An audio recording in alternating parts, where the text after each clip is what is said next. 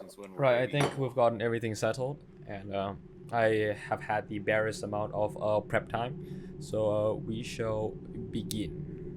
What's the bet? What's the bet? The stuff you've prepped in that various amount of prep time doesn't even get used.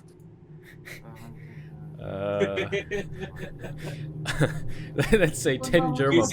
You see, the chances are not non-zero. It is not non-zero, I would admit. Let's just say.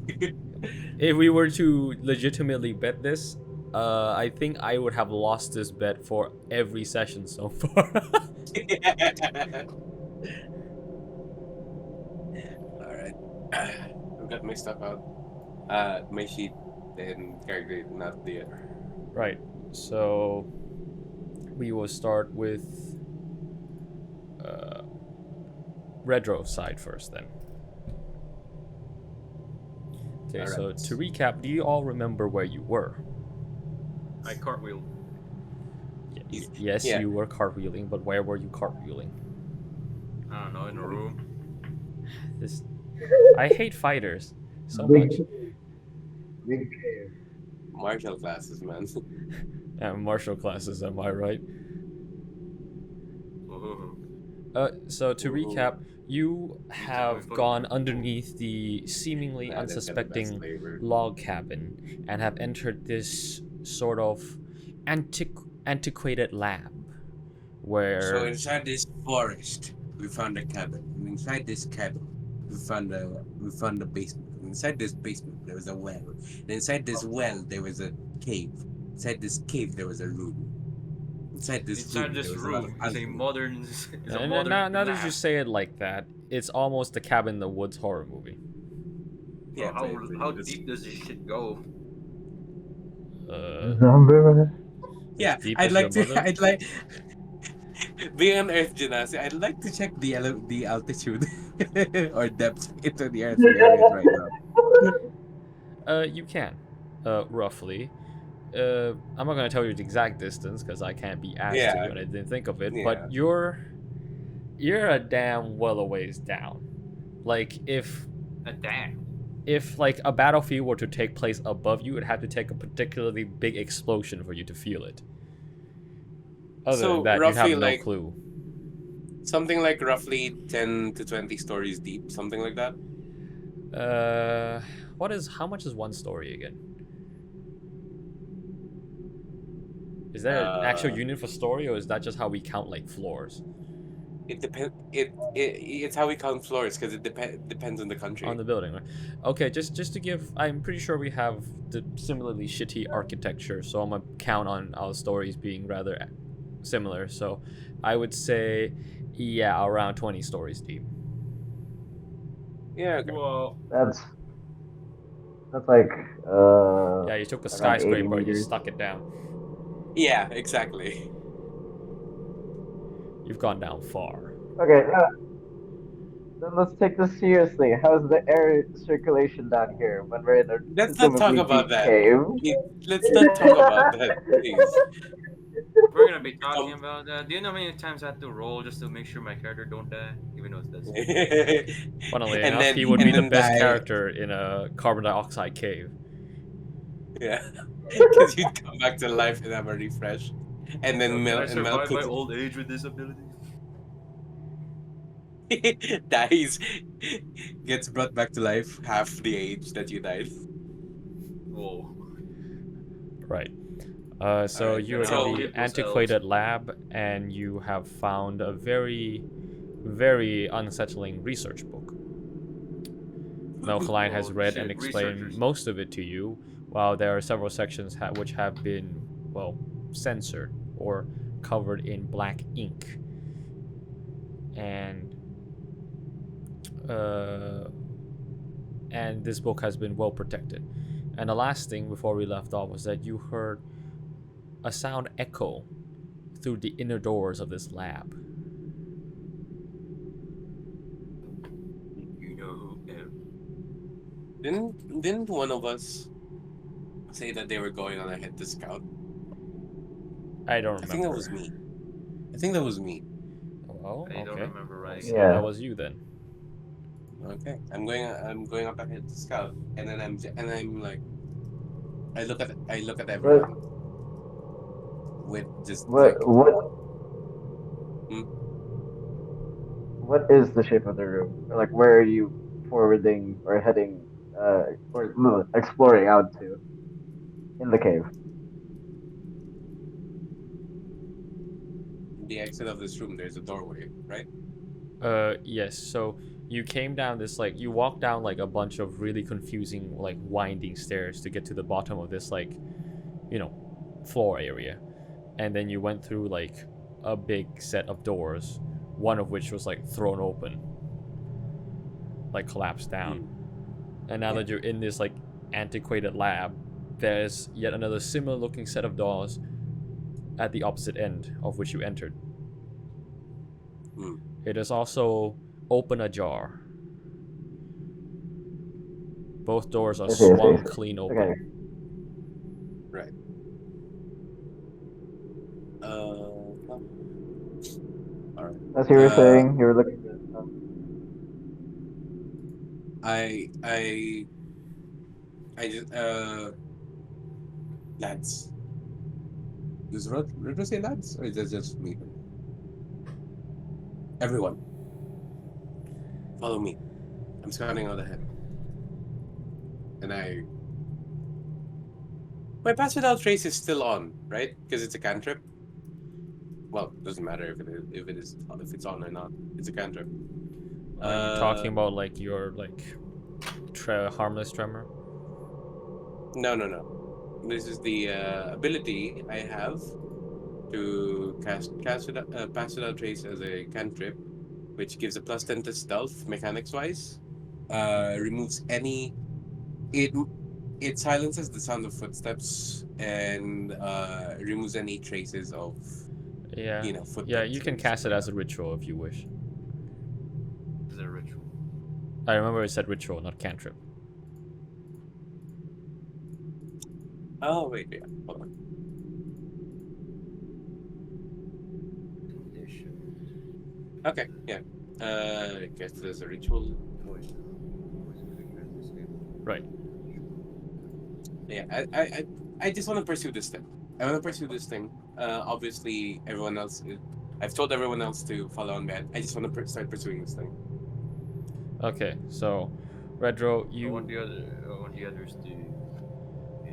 well, Melkaline is last time I remember was still scoring over like old places and like, you know, possible clues, but right now that what he's gathered is what I told him last time, the supposed chemical formula that they were using for their experimentation, and the knowledge that he has gained from their, you know, from briefing through their research book. And Glugger was just there holding an illuminated rag. Yeah, I remember this. Yeah. Right. So realistically, how many of you are coming after? Hmm. Like actually heeding my that there's something here. Let's go. There's nothing else in the general room other than broken flasks and a book and a whiteboard. So, or, sorry, the drawings. So, I'm okay with exploring more. Silent?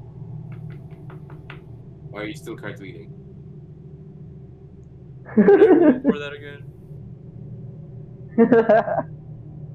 What? Meme, can I roll for that? Roll for what? Cartwheeling. Cartwheeling. You've already rolled for it. Sure, roll for it again. What do I need to roll? Acrobatics, I guess. Acrobatics. Yeah. 23. You cartwheel +5. again. Yay. Do you cartwheel Nice after choice. them, or is I'll this just what you're cartwheel doing? Whoever, I'll just cartwheel whoever's the last one leaving. Well, so currently, Oh, shit. Valtr, are you moving after like Melkline and Redro as well? Yeah. There's nothing else here of interest. Right. Redro leading the Yes, you're way with wait, hold up. Haven't you already cast Pass Without a Trace earlier as a ritual? Yeah. Yeah, so I'd have to expend a level 1 slot for this, right? Yes. I shall do so. Okay. And you go ahead, followed by Melkaline, Valtr, and a cartwheeling Silent.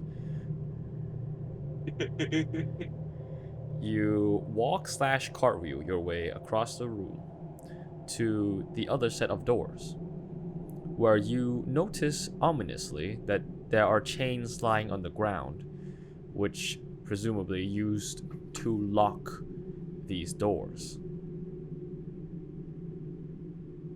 Mhm.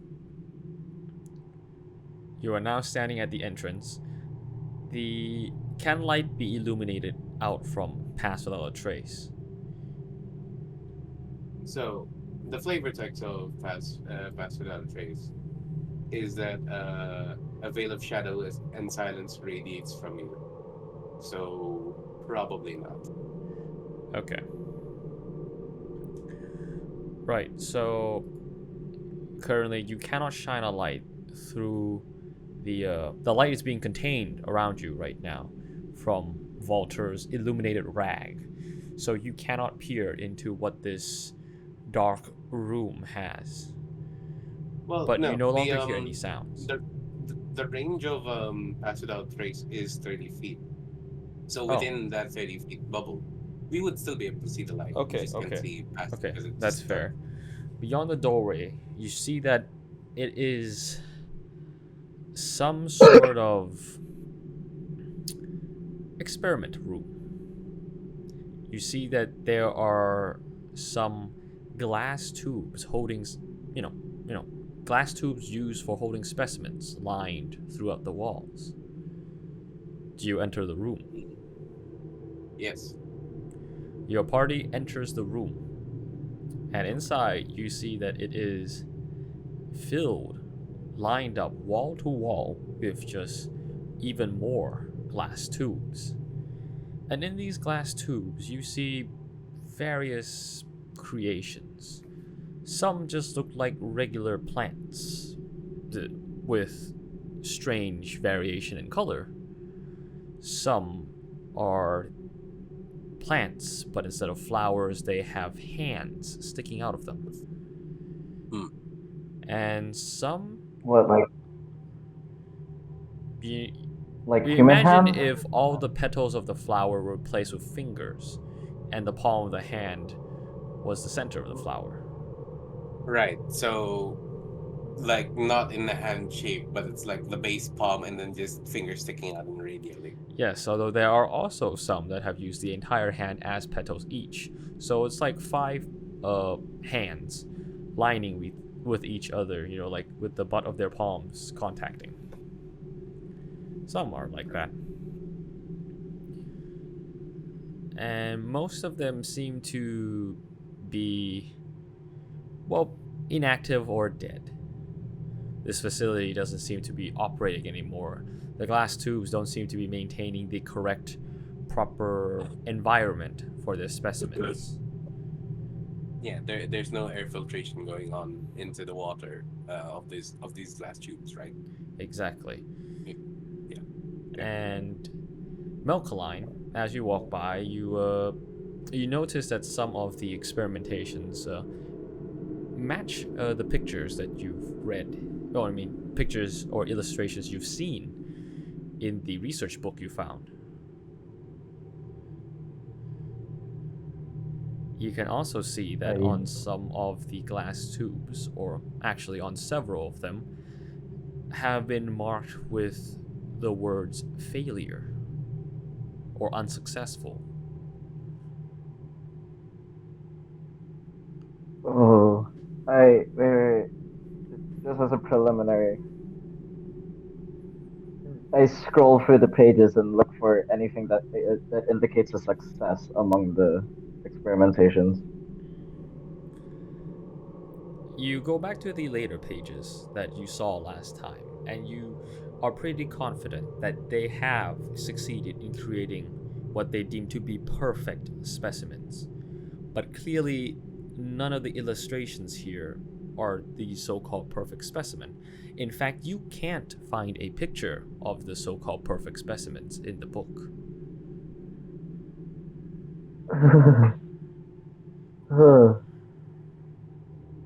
I drop past Guys, Valtr. this is Okay. oh. As you drop it, the light illuminates further and you can see more. And Valtr, with your rag, you spot what looks to be an old, really dusty clipboard hanging on the wall.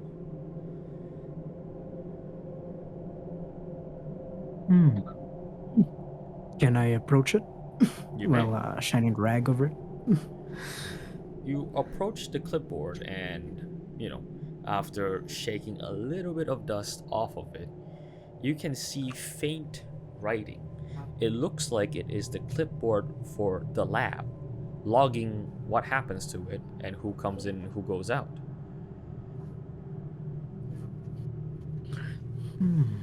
At the very top of the clipboard, you see one name signed there as the approving person. What you can tell from the writing, the name is Mikhail Landros. Mikhail Landros. I'll put it into Discord so you can see how it is written. Mikhail Landros. Interesting. When was this logged? How recent is it?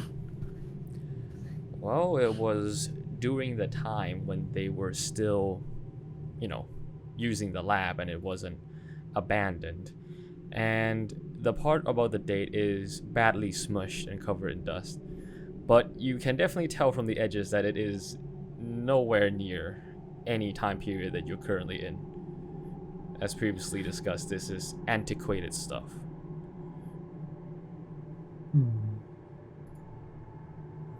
Your guess is at least You have a suspect then.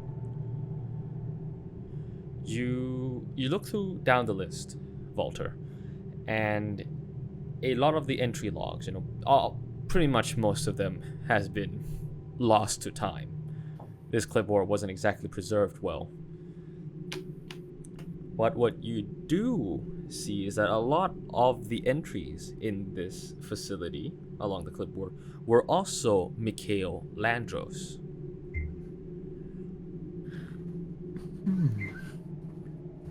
He seems pretty important so far. Same person each time. Can I take the clipboard just for safekeeping? You may. You can unhook it off the wall. There's also multiple I'll do pages of just the that. clipboard if you wish to flip through it.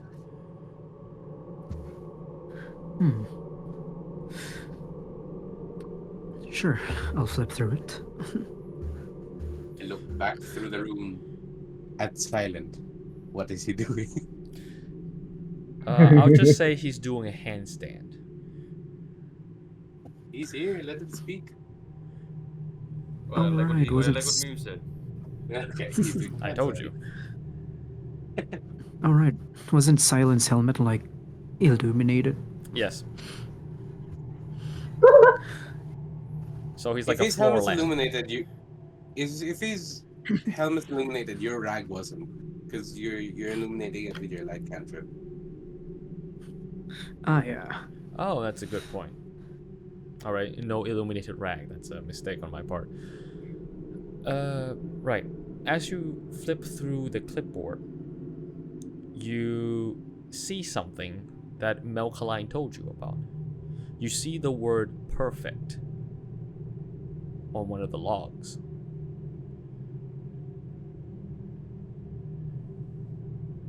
It shows an image of Muscle Man.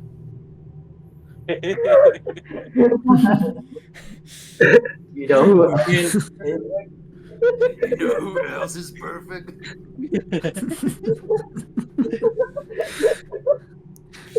Oh, perfect. How many You know who occurrences? else looks like Perfect Blaze? specimen is under. So far, you can only find one, and Fortunately, you also see its location. It is in Chamber Alpha. How's that? Alpha. Is there a map? Is there a map in this room about like the layout? You can try to find one.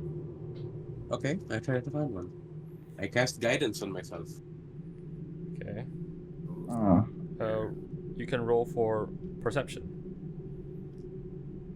Okay.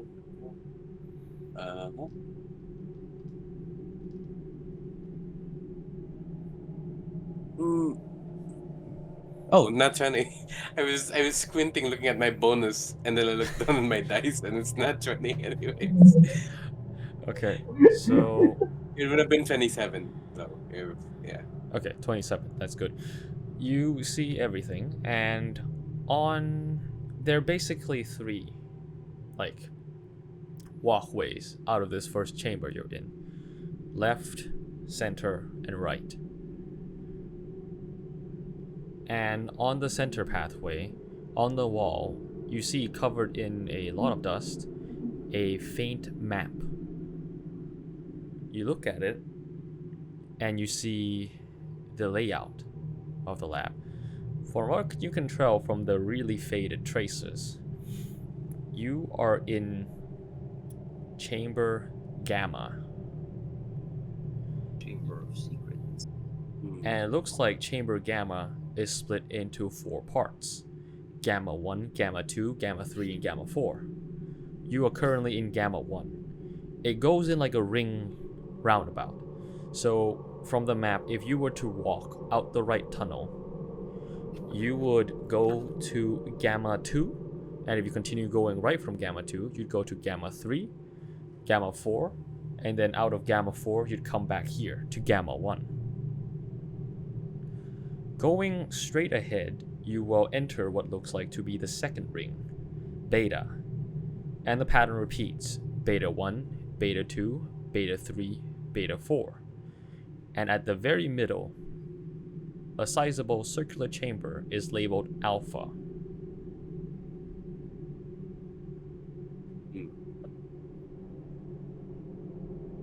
How do we know which one we're in? Yeah. Gamma 4, right? No, you're in Gamma 1. Oh, we're in Gamma 1. Oh, wait, no, wait. Hold up, my mistake. That it must be in Gamma... No, I'm correct. Gamma 1, Gamma 2, Gamma 3, Gamma 4.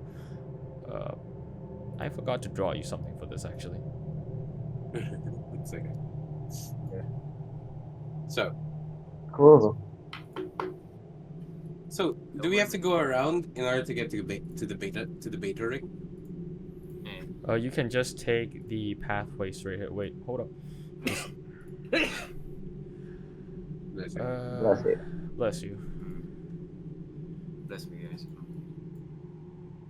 I cast bless. No.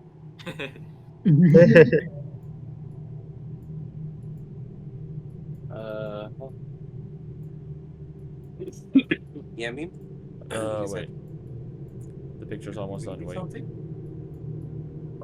Assuming Silent is the one with the glowing helmet, I feel like he should go first because plants are attracted to lights. He's a good bait. You think if these plants had like human torsos and then the rest of it is plant, that they just detect light and lean into the light source? Sunlight. Lamb. Yeah, like sunflower. Yeah, lamp. Okay, this is a very poor drawing, but this should illustrate the system. Ah. So you've entered into Gamma 1. And it's, as you can see, it's a ring system. Oh, whoops, I forgot the connecting tunnels. Ooh.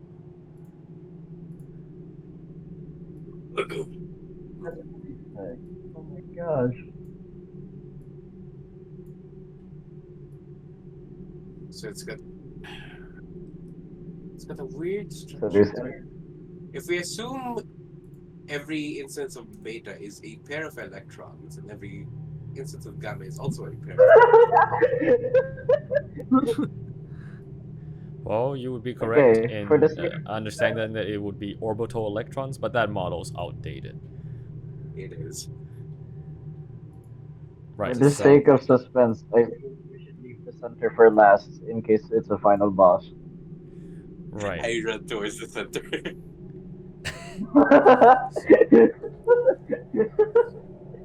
So, what are your actions? I like to hear them before I move back to Merlo. Right. I disseminate the map information to everyone else. Okay. Everyone. No. According to this map, the structure of this room is a circular ring of rooms on the outside, an interior ring of rooms, and then a central room. Now, how do we want to go about exploring this? Do we want to check everything first, or do we want to check presences first? Hmm.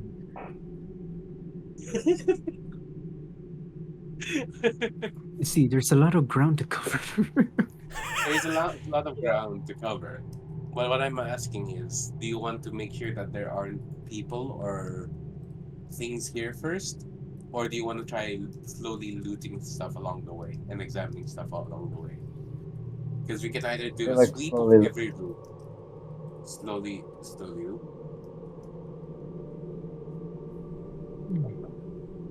In a place like this, I'd think a slow sweep might be good. We don't know what we're dealing with. Well, we have two opposing But opinions and two more votes. Oh wait, AFK right now. Okay. Well, Silent, any thoughts? Man, What? trying to think right now because holy fuck.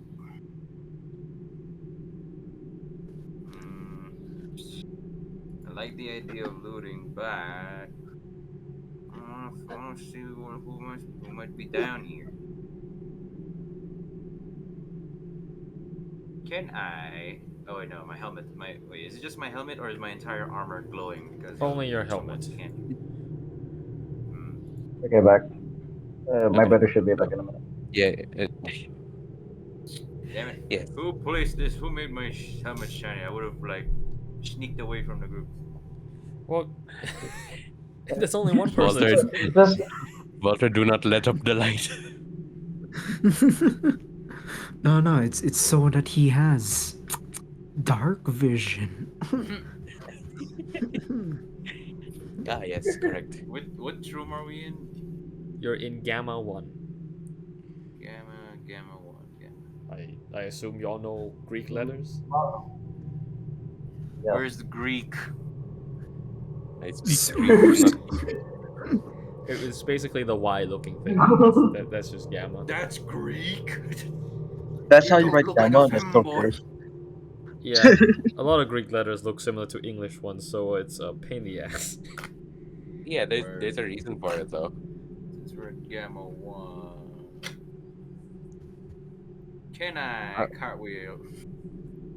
Into Gamma 2. how do you do that, bro? Yeah, I'm gonna do that. Can I cartwheel to that direction? Sure, I'm not even gonna ask you to roll for it, just cartwheel there. Yay. You start That is without sick. saying a word, you start cartwheeling to Gamma 2. We Everyone noticed the else in the flickering party. lights. Yes, the We rotating noticed the lights. flickering lights. You see your shadows go up, down, as then- your light source cartwheels through the right passageway.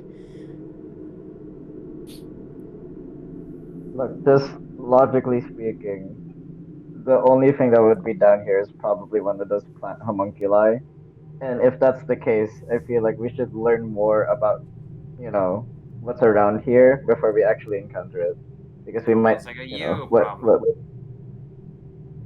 well, I'm not going straight to the center. Here is the logic. That if we hold on.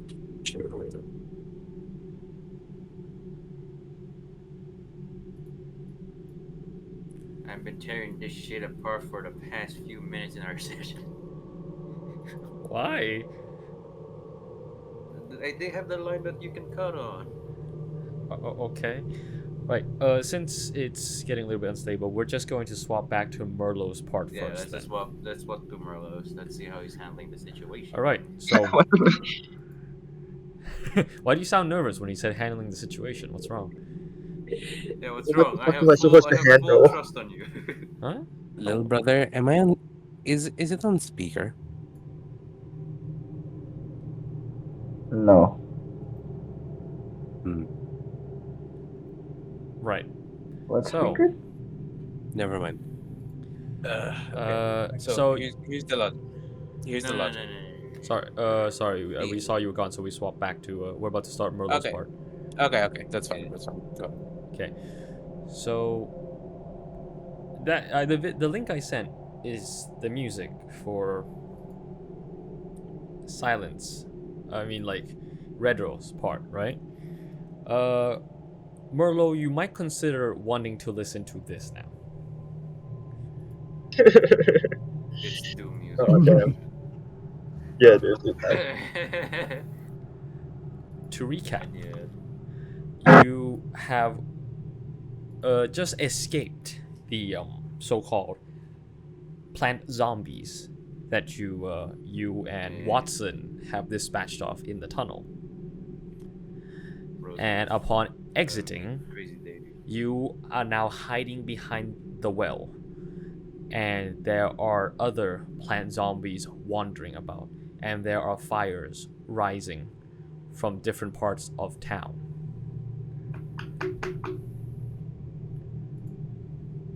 All right. I saw three tier trees wandering around. Wait, are you asking me or? Yeah, because that's what you told me last time, was that I saw like three tier trees, and that's why Watson. Ah, yes. You saw 3 tier 3s like wandering around along, followed by like those here and there like tier 2s, but thankfully you also see that there are several, a lot more tier 1s going around, which means that this infection is still salvageable and more recent. I mean, like the tier ones, do they look like gnomes that just got infected just now? Yes, the tier 1s are pretty much all just gnomes. So, citizens of the town. The tier 3s don't look like gnomes. They look like they are from somewhere else. But then again, tier 3s don't tend to look like their host too much, having grown into whatever it is they've grown into. Okay.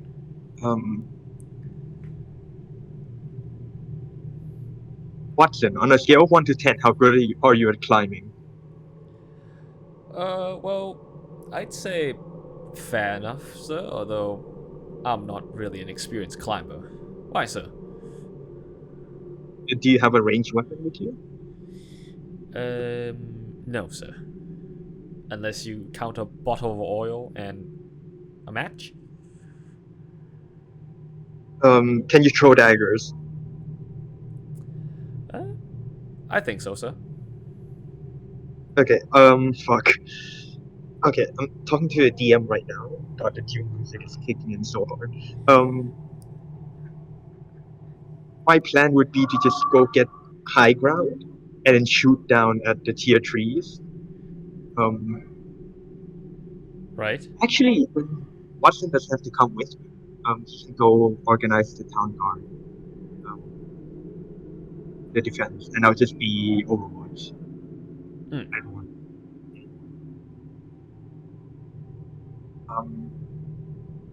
So yeah, can I tell Watson to just go get the town guard in order? Just try to help them. Yes, you can. What's the tallest building in the vicinity?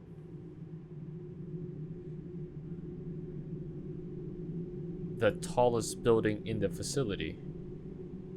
In the not vicinity, vicinity, like in nearby. Okay, the vicinity. Well, as explained before, you're in the area with like the community well, and there's like several like houses nearby, right? Yeah. So there is kind of like, if you run across this area quickly, there are houses nearby you can climb up on, and it looks like they're kind of close enough for you to like jump from one to the other. Okay. I tell Watson, wait, don't go yet. I take out the marker Mark 1. I shoot him in the back with it. Okay. Does he see you do this? I'm just like, don't worry about it. I'll know where you are. Right, sir. You trust me, don't you, Watson? I do, sir. Alright, then gather the sound guard. And yeah, I'm gonna start climbing. Right, sir. That means I'll be heading towards the guard post then. Right, we'll meet up. Right, I'll come find you, but I'll be on top of the building, so you'll see me. You'll come find me. Does this mean that we'll have a meeting spot, sir, or? No, I'll know exactly where you are, so I'll find you. You don't have to find me. Right then, sir. Good luck, sir. You see Watson dip out from behind the well and start running full speed out into the streets. You see the plant zombies, start notice him and then start trying to hit him with their vines, particularly the tier 3s. But Watson manages to safely avoid all of them and just get through. And you see him disappear into, turning around the streets and disappear around the corner. Alright, I start climbing then. Alright, can you roll me athletics? Or acrobatics, Shit, I'll give it. Nice. Thank you. It wouldn't make sense if a rogue were That's bad a at climbing. 14 plus 10, 24. 24. You scale up the house rather easily. You know that it is a rather strange convenience to be climbing on a halfling-sized house for once. With convenient, convenient height windowsills and rooftops and everything. You're now perched on the roof. Okay. Okay, with this vantage point, like, can I get a better picture of what's happening? Yes, you can, but only partly, because if you recall, this area is a little bit more isolated from the other parts of the village. So you can't really get a clear view of the town square, so to speak. You have to navigate a little bit further in to get a good view. But you do see that at least the nearby streets here have just a lot of plant zombies. And thankfully you only see, at least in this vicinity, only 3 tier 3s. You see 2 tier 2s, and the rest of the masses are just tier 1s. But like, do I see what they're doing at the moment? Are they going towards the middle of the town? Or... Right. So a group, a small part of them seems to just be wandering around, but there is a fair amount that look like they are quite deliberately patrolling the street. Like, you notice that they just never leave that area. They just seem to be like guarding the street. And there are some who are kind of roaming towards the center, like the town square, and innerwards to the village. So whatever it is, it doesn't look like it's entirely random to you. You can also see a small stream heading towards the guard outpost, the garrison.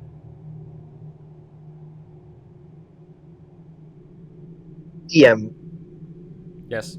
Merlo is gonna think right now, in his experience fighting these plant monsters, like the tier 3s and such, do they show to be capable to hear stuff? Because I know they have the eye stalks. Yeah. But can they hear? So in your experience, you're not actually too sure. So for all you know, they surely don't have, you don't see any ears on them. but you have no idea whether they can actually hear or not as well. You know what? Like, I'll find out later. My thought right now is that I want to stop the tier 3s and maybe tier 2s from going into the middle, because that's where the garrison is gonna be. And garrison, I think, is gonna try to deal with the tier 1s because they can disinfect those, and I think they're gonna have priority on that. But tier 3s are gonna fuck up their plan. So if I can kill as many tier 3 2s as possible, I feel like that would be good. And the ones that are guarding, they're not doing much yet. I'm just thinking, if I shoot right now, like, they're probably surprised, so I get assassinate off, and that's a crit.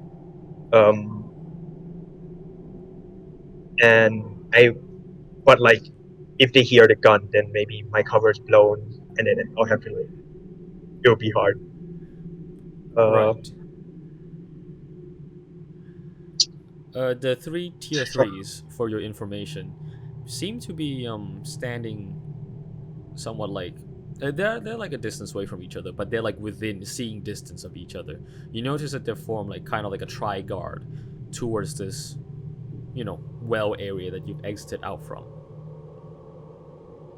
They're guarding the well.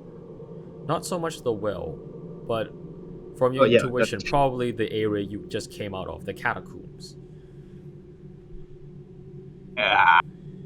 Oh wait, are there like more stuff coming out of the catacombs? No, so far you don't see anything yet. This sucks so bad. Have fun okay, soloing so this section that I did not make for solo. yeah, this sucks. This sucks ass.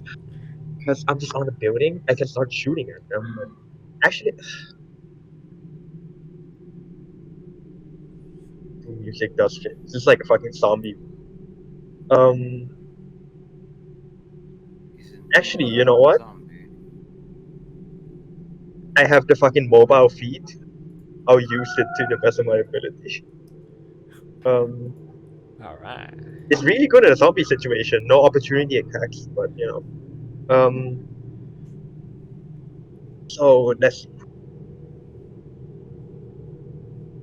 Can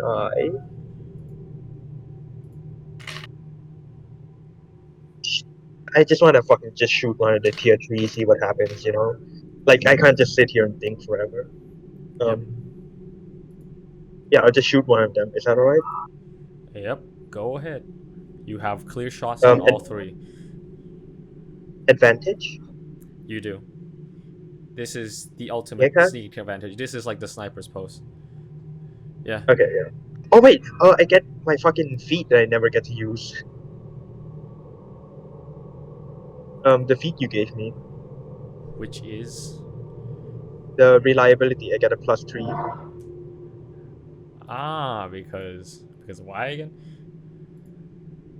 Because they're unaware of me. Ah, indeed.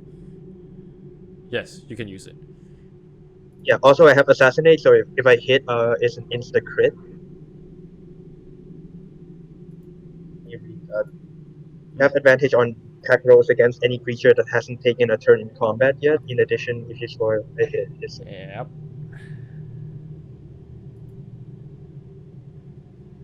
Roll, baby. I'm gonna get out my calculator preemptively. So the gun is a +12 to hit because I get the scope, and then the consistency is a +3, so it's a roll +15 with advantage.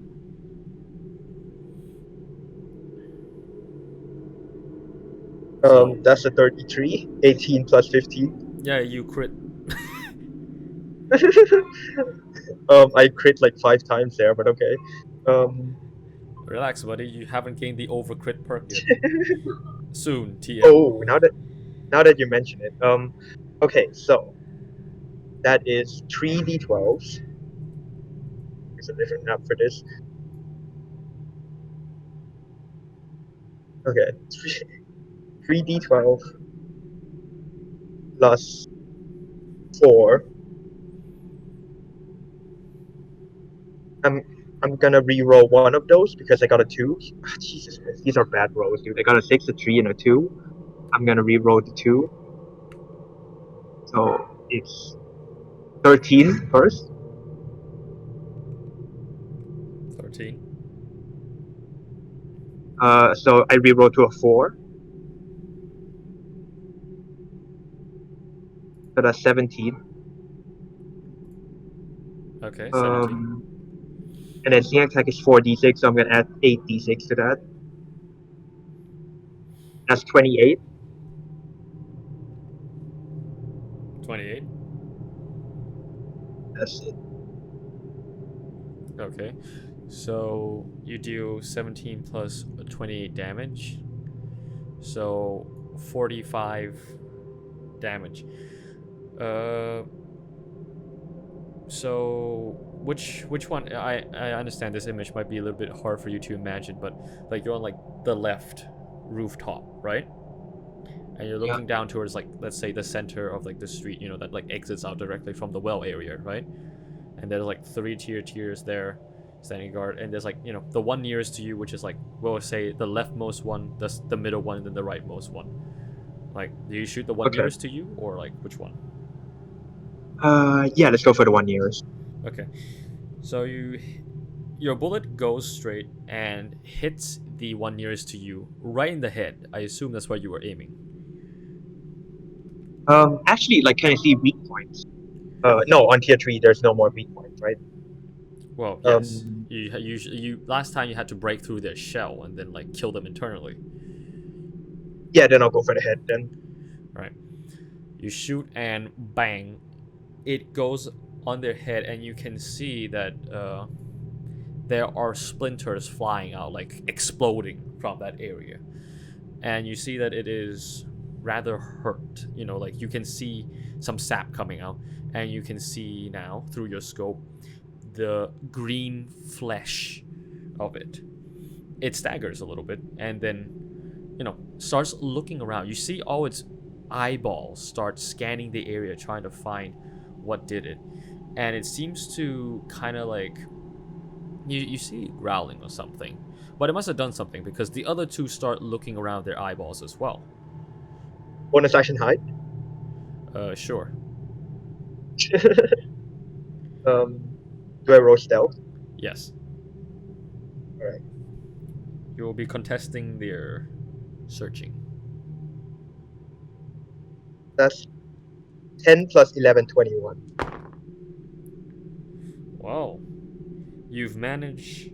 Well, while you're hiding, you don't hear anything or any commotion, so you assume that you've hid yourself successfully. You take out one of your knives and like kind of use it as like a mirror to like look down to the street. They still seem to be searching. They haven't found you. Your position is safe.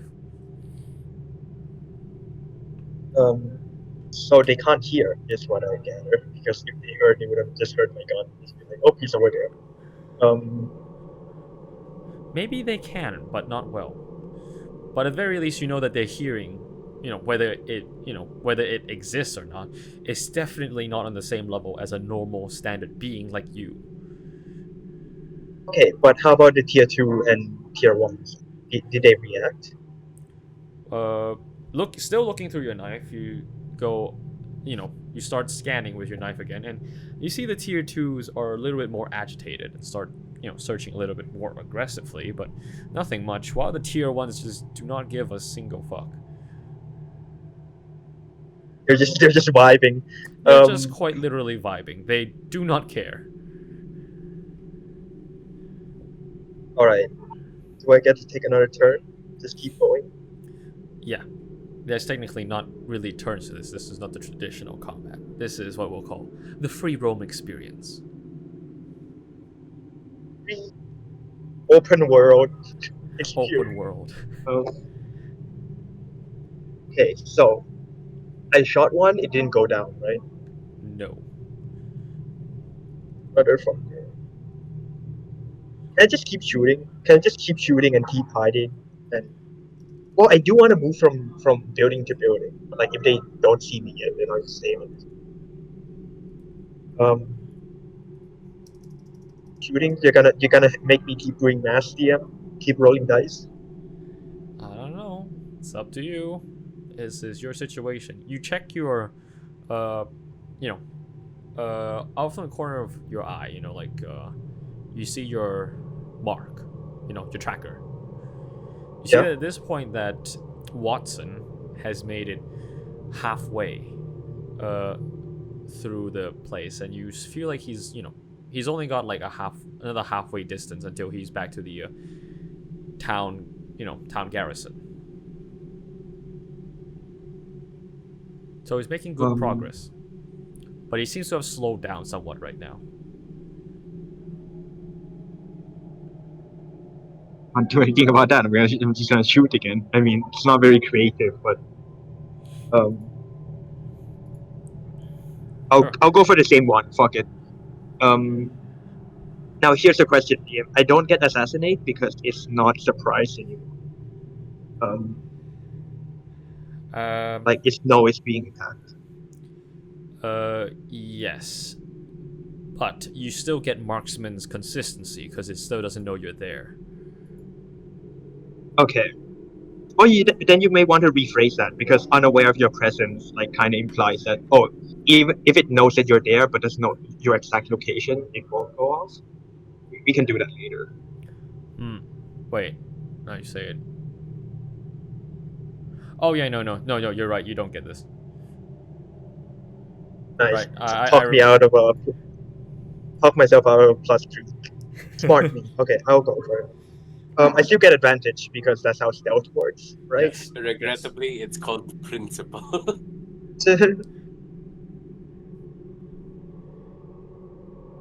Oof! God damn it! Jeez. Hey DM, can I get a +3 back? Are you really sure? Oh, this sucks so hard. Okay, right. I got a 24. Actually, 12 plus 12. Wait, if you were being serious with that, then I have like a devil's proposition for you. Well, okay, let me tell you my predicament first. I got a 12 plus 12, 24. Actually, just one off from a crit. Sucks so bad. Yes, but just to tempt you, I'll give you the devil's predicament. Okay. I will allow you the +3 right now as a free, right now. But if you take this deal, I will delay one of your perks in the future. Fuck that. No way. I don't. I'm not gonna quit. Fuck that shit. You didn't take it. Let this be a learning experience. Right. It's okay. So yeah, it hits. Okay. And I assume roll you've for aimed normal. for like the open hole that you've made earlier. Yeah. And I roll for normal damage. No more crits. What is this? Well, it's not like you were rolling well on a crit, anyways. Hey, shut the fuck up. Yo, I actually rolled a 12 on the 12-sided dice, so it actually, bro, I did the same amount of. I did the same amount of damage on the D12 as when I crit without the crit. Jeez. Okay, that's a 16 plus 4d6. Let me just roll those. Okay, that's a 17, but I rolled 1, 2. I'm gonna re-roll the 2, so that's a 15. I re-rolled the 2 into a 5, so that's a 15 plus 5 plus 16 is 36. I mean, wait, 15 plus 5 plus 16, 36. Okay. Yeah. I rolled way better on the fucking non-crit. Yeah, you did. You did roll a lot better. Okay. Why are dice like this? You shoot the same one in the same hole, and your bullet impacts, and now you see a great gush of sap come spewing out.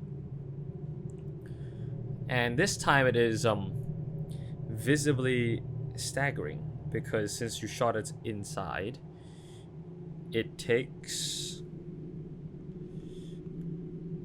Wait, hold up. Oh, whoops.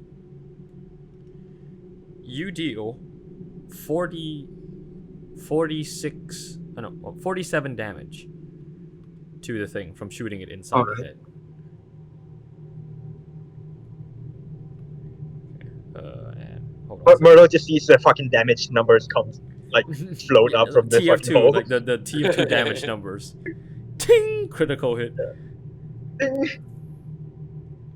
Well, it wasn't a critical hit. You see it stagger, and it's like kind of down on one knee now. It actually has fallen, you know. It's down on one knee. And it is like frantically looking around for whoever the hell has gotten it the same, you know, the same way as last time. It is searching more frantically now. Will you hide? Do I roll to hide again? Yeah. Sure, go for it. Oh, dude, that dice went crazy and it fucked up. That's a 10 plus 4, 14. I'm so fucked. 14. Well, let's see if I fuck up along with you now. Roll.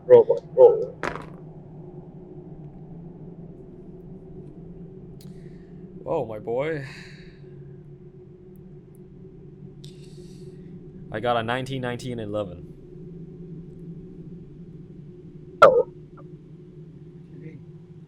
3 eyes, 3 dice, I see. Well, there's 3 of them. Oh, yeah, okay. I was about to ask, hey, I have 2 eyes, so I get 2 dice too. Well, if we're talking about number of eyes, I think they would have at least, 20 dice each. I don't think you want to compete with that. So, 3 dice, 3 of them. So, the one nearest to you doesn't spot you, but his other 2 compatriots have caught a flicker of motion on the rooftop. You can tell that that's probably what happened through the knife, the reflection of the knife that you're looking through, because they are now shambling towards your house. That's fine.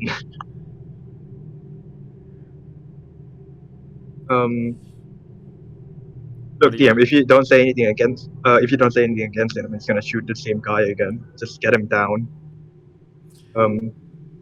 Sure, go I mean, for I it. still have advantage, right? Because he hasn't eaten me. Yeah. And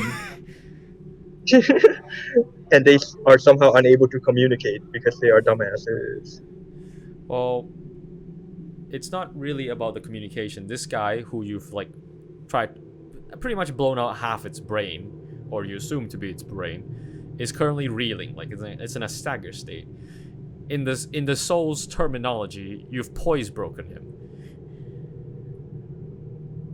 Yeah. Yes. So Merlo, seeing these 2 shambling figures come towards him, suddenly gains of enormous fright over himself. He being reminded of the time he almost fucking died by a shambling tentacled figure. And in that, his muscle just went boop. The gun goes somewhere else, and the shot doesn't. I'm just gonna tell you the shot doesn't land because I rolled with advantage. I rolled a 3 and a 4. That's a 16 hit. Probably not. You rolled a 3 and your shot goes wide. Well, if I rolled a 1, it would have been better because I could re-roll that shit. But like, nah, it's the halfling curse. You roll a 2. Yeah, 2 is in a 1. Yeah. So yeah, your shot goes wide, and those 2 shambling towards you, they definitely know where you are now. Bonus action dash. Go for it. I have 70 feet of movement because I have my normal movement 35 plus dash 70. So that's how much I can move in 1 turn if I use my bonus action to run. Okay, I will say, because this is not in proper locked combat, right? Like I said, we're in the kind of open roam. That dash action should be enough for you to get over this tight cluster of houses around the well, and you can possibly try to jump across the street gap to the other building. Fuck it, I'll go for it. Okay, the Assassin's Creed moment. I'm going to need you to roll me acrobatics.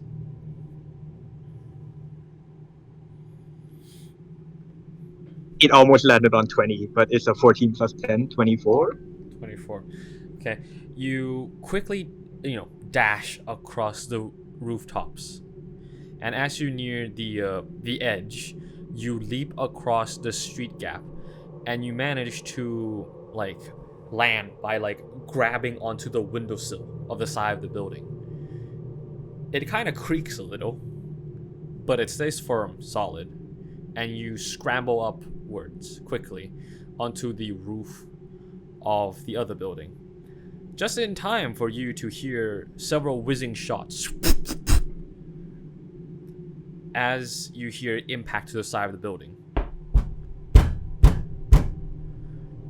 You look back and you see that the side of the building where you were previously at, the said windowsill, now has, you know, several plant-like thorny spikes embedded in it. You peer over and you see the tier 3 you shot has somehow launched these thorny ballistics at you. Kind of like spears. This sucks so bad. And you see the other two that were shambling like towards that house. They also grow out their vines, and they have thorny tips appearing on them as well.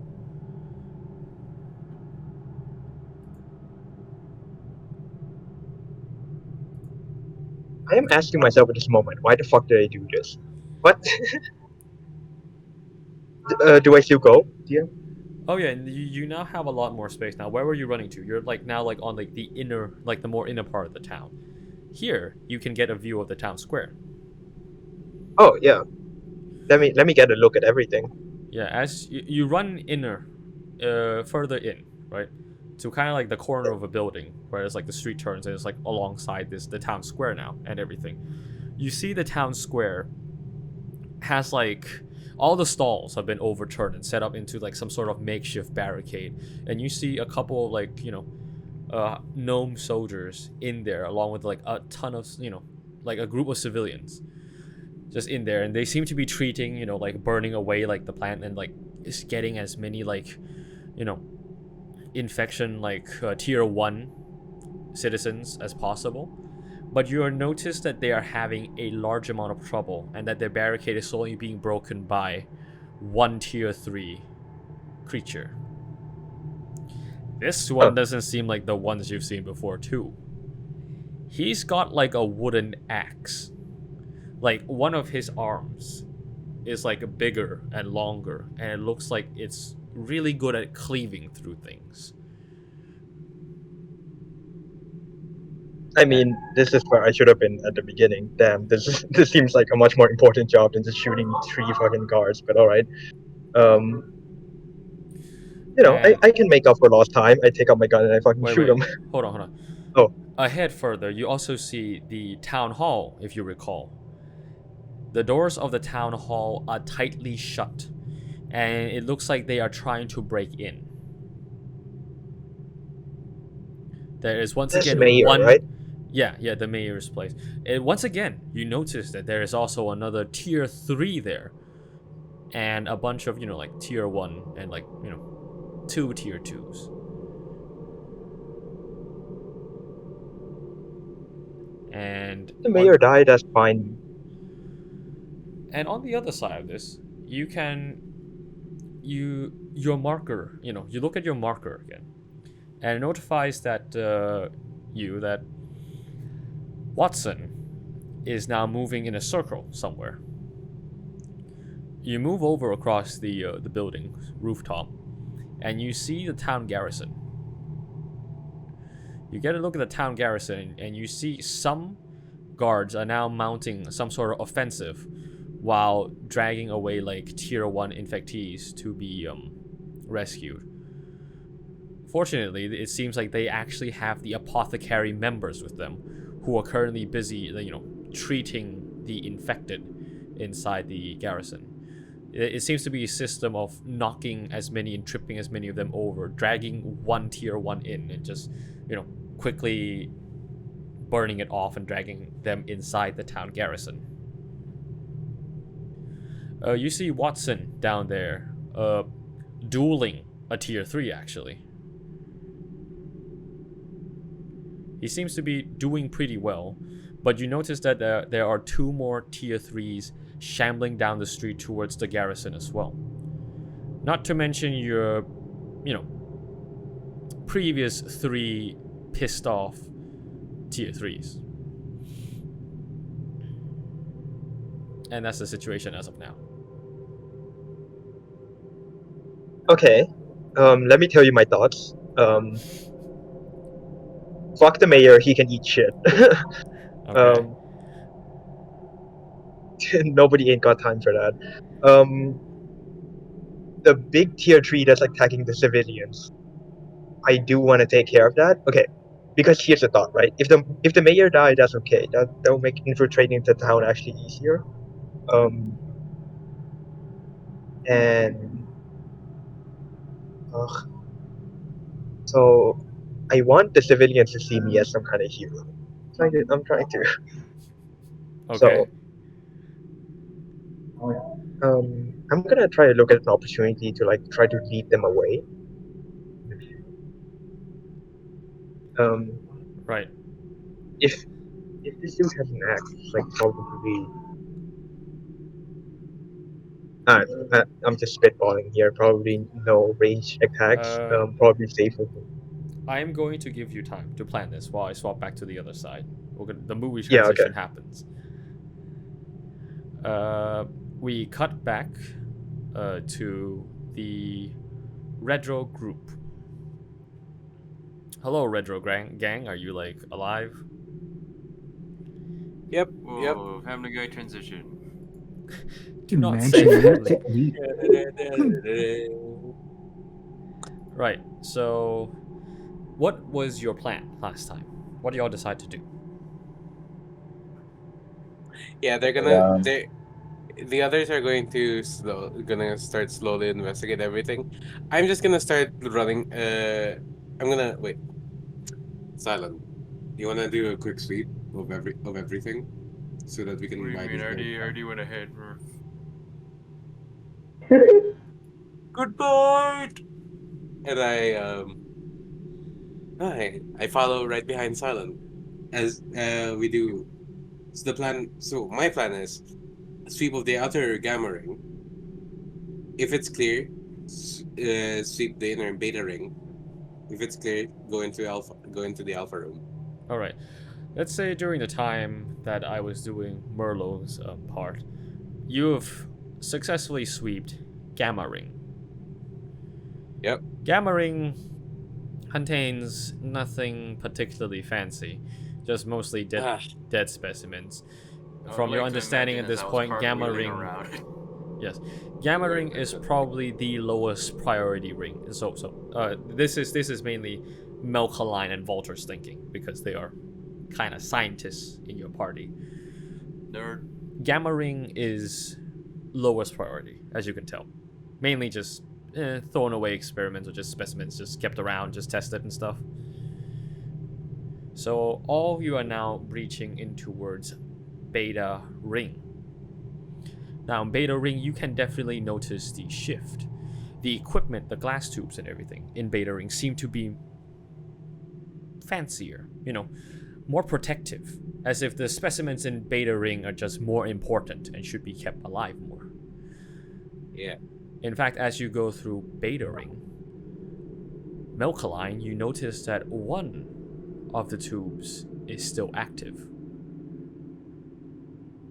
What the hell? Wait, what kind of active? Is it moving? Is it on? The display Can I eat it? screen, or whatever, the screen for displaying the statistic, the stats and everything on that is dead, but you can hear a gentle hum coming out of it, and that the specimen inside still looks to be alive. You can know that it's alive because it is a flower in a pot with a singular eyeball, like a sunflower with an eye in the middle. And you can see it look at you and blink at you.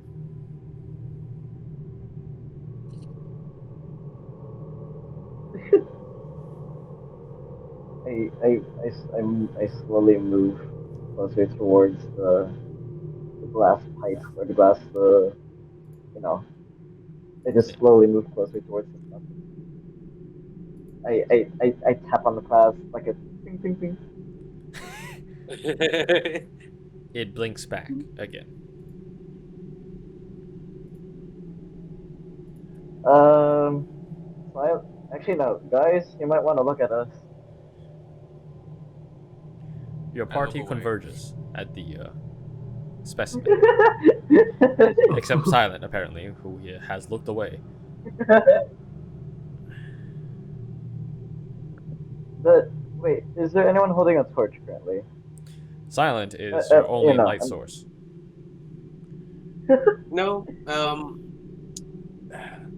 it's slight retcon, but since Silence put some distance, I'm gonna take out my sword, kickstart it, have it flaming, and use that as my light source. All right, okay. You're currently using Redro's torch as a, sword as a torch. Okay, I just want to test out like, what's this thing? Like, should we be worried about it? You know, just general, just testing, like going through my scientific brain right now.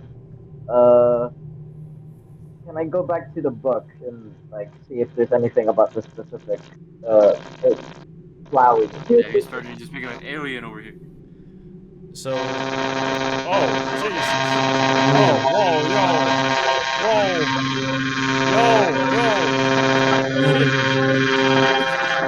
Taken. Brother, your mic's going off. Brother. That shit Well- was funny, bro. Like it's like an air raid siren. If I He got attacked disappear, by there's he something got going on in attacked the by a house. wasp, bro. Sounded like he had Was some that really liquid was shit. that the thing he found? Right. Were you guys attacked by bees? On the demon core. He turned the Geiger counter on his mic. Oh shit! I didn't know we're that close.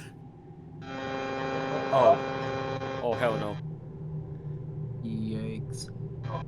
He's becoming going too on? artificer. He's becoming too mechanical. He's abandoned his biology roots. I'm sorry, you gotta speak English. We don't speak binary. Radiation speed.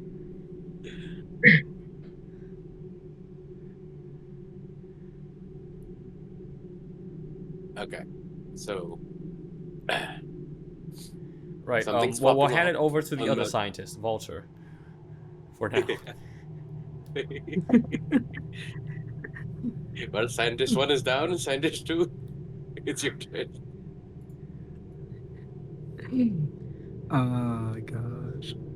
So who's currently looking at the funky flower? You all are, except Silent. Oh. How big is it relative to my size?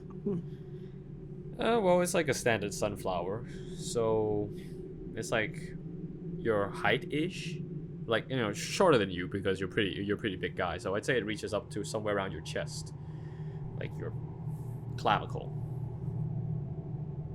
Oh. You can see that as you look at it and it looks at you. It definitely is not looking around like in an unfocused way. It is looking at each and every one of you. Kind of like how you would if there were multiple flowers. Strange. Do you think if we break the glass it will die? Or is it just containing it? You tried. Wait, is You're- there any way you're I more can on that side dislodge it? than I am. Yeah, no, can I test this out? Can I try lifting lifting it out? Or is it just stuck When to the I wall? say glass tube, I don't mean your glass test tube. I mean like you could be in their glass tube. It's Oh, just like God. it's like a cryo chamber, the size. It's sitting in there like kind of like a prison. Okay, I'm spitballing here, but Does anyone have a piece of paper or anything I could write on right now, other than the notebook? You should should have have parchment. paper. Actually, you're the scientist. Yeah. All right. I just write. I put a hand into my backpack behind me, and I gather my materials. I'm Yeah. just making sure. I'm not sure if I can read, but like I just write on a piece of paper, just trying to check the. Oh wait. Before I cut off, I was asking if anything in the book said something about the specific Yes. flower. Right.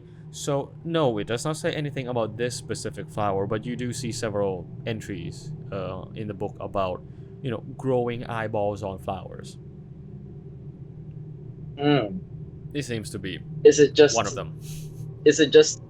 Oh, I see.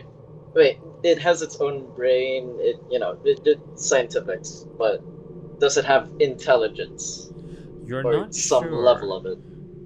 You do know that there wasn't much, intelligence mentioned, but you do, read that there were some that displayed like clear, visual, like cognitive vision, like it could detect and track things rather accurately, just like how, you would as a person. But whether this one has any intelligence is another story.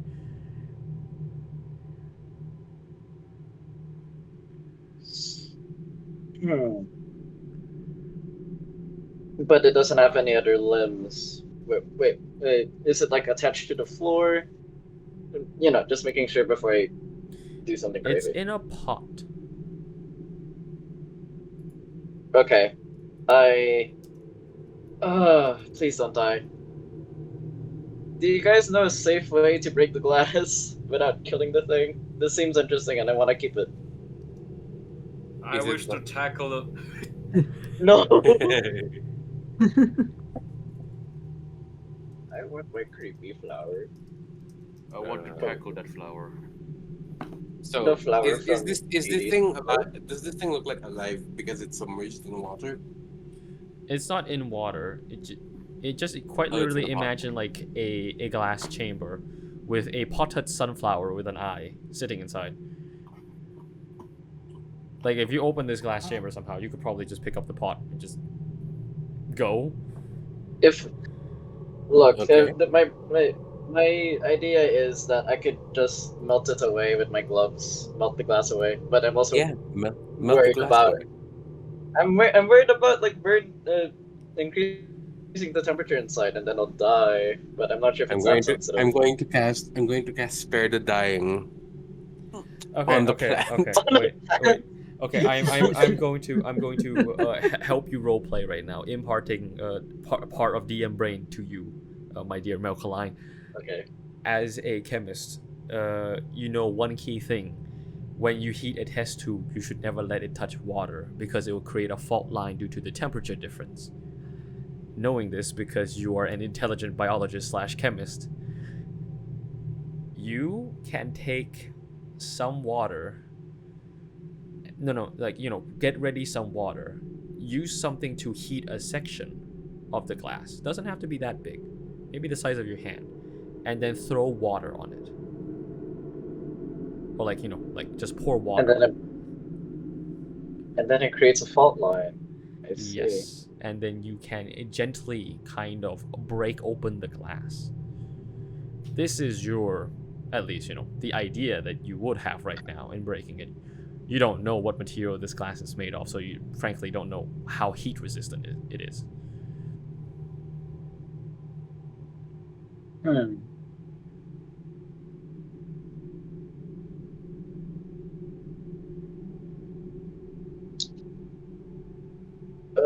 Wait, sorry. I'm currently looking for my.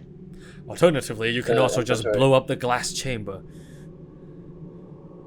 I'm not doing. I'm a scientist. I like being fragile with this stuff.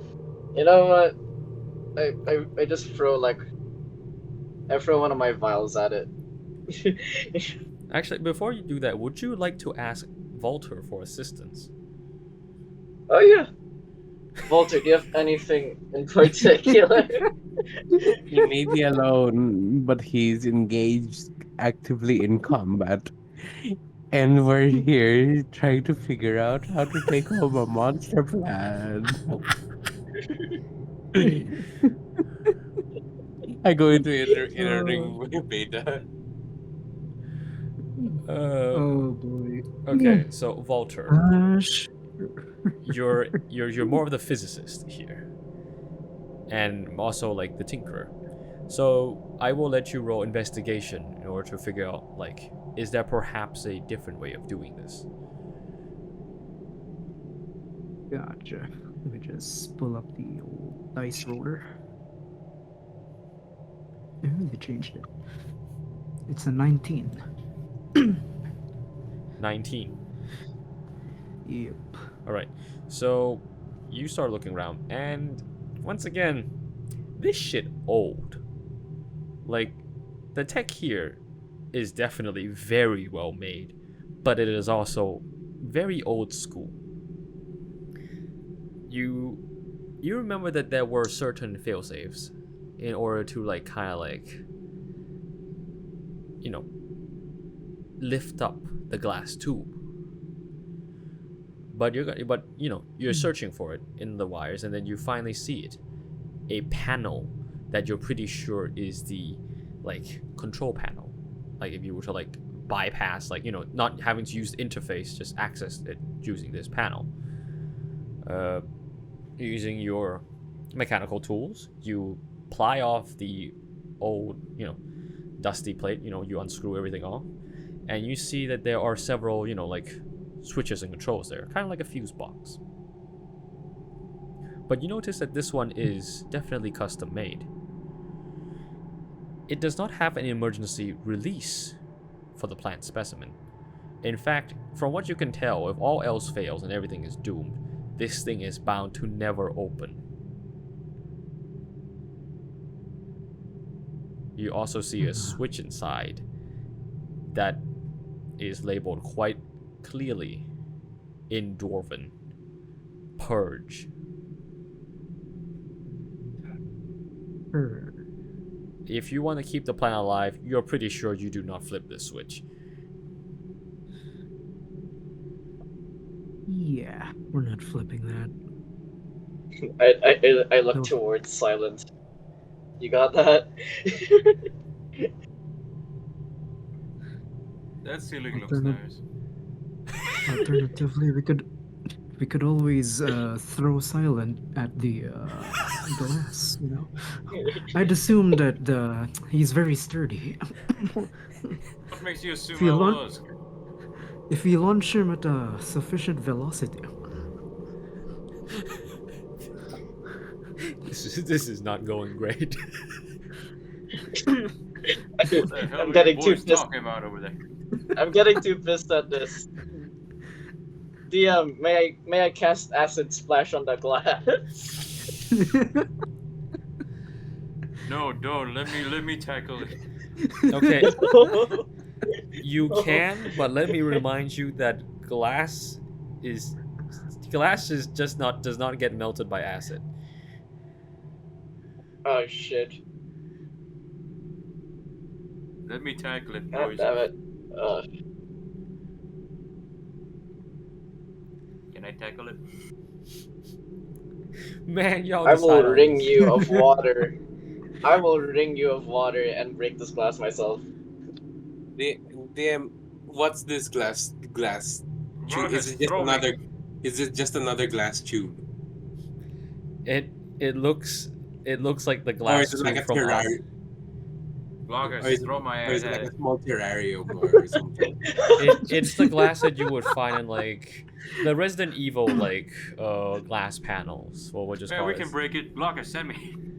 Yeah, no, Gotcha. I never mind, Gluggers. I'd like to shove Silent into the glass. Shove. God, Throw. Throw. I'd like to throw him. We will get more power Yes. if it's both of us throwing him at once. Then quickly then, get it over with. We wasted 40 minutes on this stupid plan. Do all three of you No, consent to this? Yes. Milkline looks in despair, but We'll use him as a battering ram. Helmet but first. he Alright, boys. reluctantly agrees, knowing Helmet this is stays on. inevitable. Okay, both of you You hoist boys Silent are up. taking way too long. You both hoist Silent up by the arms and legs, holding him like a battering. Actually, no, not by the. He makes himself into like a plank, and you hoist him up like a battering ram from each side, and you do like the 1, 2, and then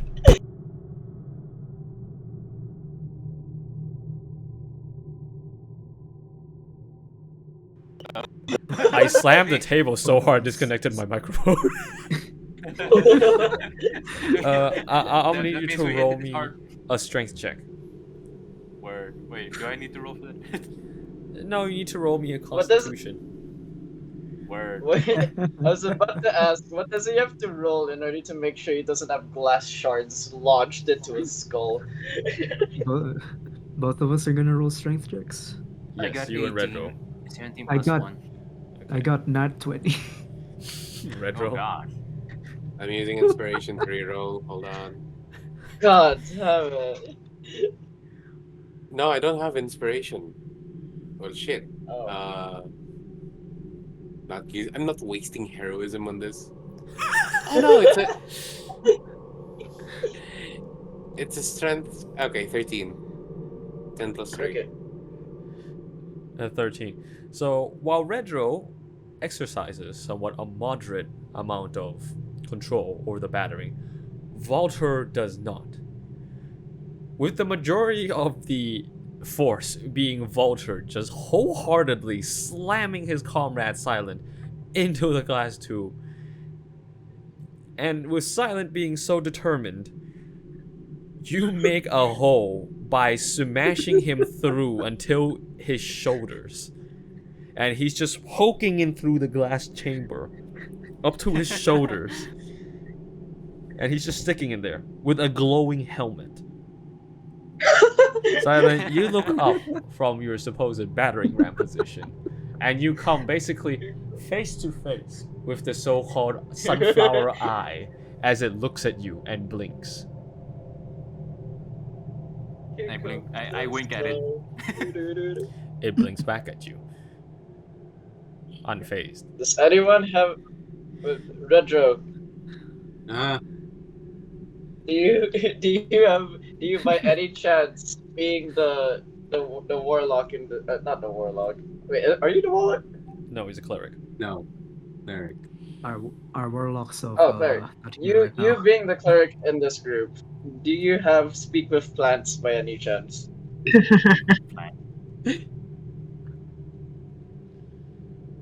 I look at him. Please. I look at the Please. plant. Oh my gosh. Fuck you. I look back at Milkaline. I've spoken to the plant. I can't hear anything back from it, but I've spoken to it. What do I have to roll Well, to give the well, most Silent? outing I'm Is a it horse friendly? for this shit. Wait, Recker. Okay, this is like, I'm doing telepathy right now because you're not supposed to know this information, but like, we have established last time that rock magic and plant magic is kind of the same. The DM caught me on that. So, Oh, you're a rock person, Right. right? The rock. I am. Do your rock magic on the plant. Okay. he eyebrow raises towards the front. Yeah. Yeah, there. Somebody be with it. Okay. I go near. Thank you. Thank you for making me aware of that. I go next to the plant. I go away into ring beta. I assume. Wait. You're still in like ring beta. In fact, you're currently in. All right. Literally face front with You're this in damn beta thing. 4. All right. Okay. Yeah. You're in the beta 4 area. Wait, am I in the same room with? Am I in the same room with all of them? Yeah. Your entire party's in beta 4. Okay. Right. I will and, give it one look. Okay, you mooks. I will give it one look. To see I'm if I assuming can- you like pull Silent out like like a battering or just toss him away. Yeah, he's Silent's completely stiff, like battering ram, and then I just like pull him back, and then heft him to the side. You hear a clang as he falls to the ground with all his armor on. Okay, I'm going to go up to this stupid potted plant. I'm going to use my embodied. Wait, no. Which feature is it? While he's doing that, I'm gonna crawl back. I'm going to use Voice of Authority. And I'm going to use it on this shit.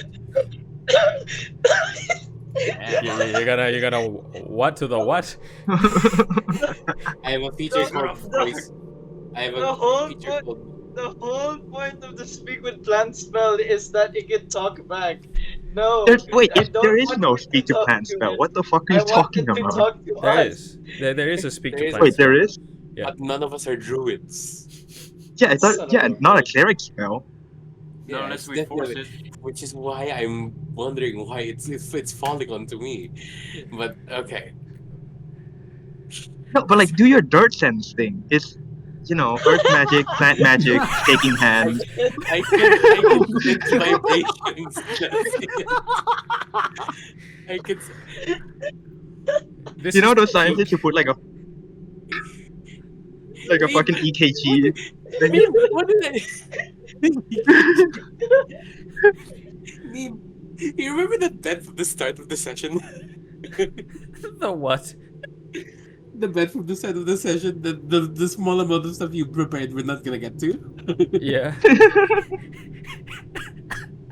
So gonna be on this planet. I gently cup my hands around the sides of this stupid plant, fighting every single urge not to just rip it apart in my bare hands. And I channel my tremor sense into it. Does it do anything, DM? You now accurately know the size of the pot and the dirt inside. You also see the sunflower looking at you with your own interpretation. It is looking at you with a look that just says, "What the fuck are you doing?" I put it in my bag. I'm adding it to my inventory. Okay, let's move on to the. No, I want it. Please. I'm putting it in my bag, and we're moving on to the. No. No, but wait, Redro. With you, I want you to do this. If you're still, because I'm pretty sure the other two geek scientists still are. All three of Redro, you roll me wisdom. Okay. You two scientists, roll me nature and arcana. Both? Okay. Decide who does what. Yeah. I Okay. will say this: Melkaline, you roll nature. Valtr, you roll arcana. Okay. Okay, that's a 19 plus 3. That's a 22. 22. Okay.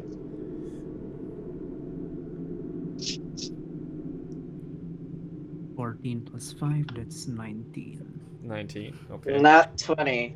Oh my god, the scientist gang. Alright. So,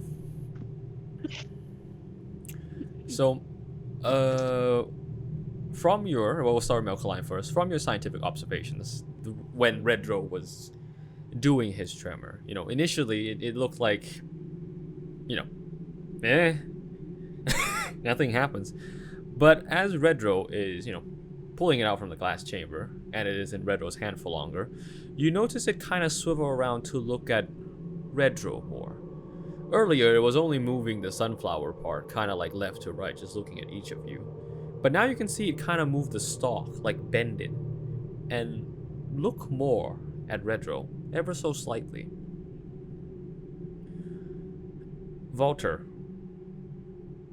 you, using your senses, you feel the faintest pulse of something happen, like externally wise, between Redro and the plant. Redro, as you're holding it, and you're using your sonar sense, right? Yes. You do feel that the more as you ping inside this potted plant is, other than feeling absolutely silly, you do feel that this dirt is different. Interesting. Different in terms of compatibility. You feel, the more you hold it, that you are compatible with this dirt. I'm compatible with this. Huh? You don't understand it Redro, either. I said talk to the plant, not fuck the plant. But okay. We've all been there, I think. So, Redro, do you voice that out loud to your friends? What? That I'm not gonna fuck the plant? No! No, that... you just... Because clearly, these two scientists are looking at you for feedback, so as you're holding it, maybe you... I'm asking, do you say out loud, I feel compatible? Yes, I feel... I tell them that this dirt does feel compatible. It's mysterious in nature, though. It's worth looking into. Interesting. That's it. Right. And, Melkaline, a sudden thought comes to your head. Redro is an Earth Genasi. Earth Genasi are technically made out of not human skin. They're made out of earth. The plant is in dirt, which is also technically earth. Whoa. You make this thing live inside me. I swear. That would be funny, I think. Put the one together. Add the one and the one. You're gonna get the two. Come on, buddy. Look, but I'm genuinely wondering if oh wait, what am I missing? That you could plant the thing on an Earth Genasi or legit or Whoa. You're like saying You you're planting have a seed modified in your a body into a lizard. Is planting a You plant say onto not an to Earth smash the Genasi plant? that really far off? Think I about get it, this. Rick. I Think will about not it, tell Rick. you what it You'll is. have your own companion with you. No. I know what he's saying. It's very grim and dark. I'm not going to say what it is, though.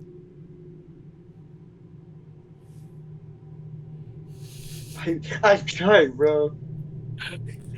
Valtr, do you have any ideas? Wait. No. So, you telling me they milked an almond? Wait, what's baby powder made of? What's I'll- chocolate milk made I'll out of? say it again.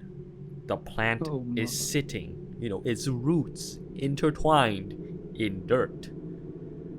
Redro is made of Is dirt. So from what I'm getting here is that you give me the plant.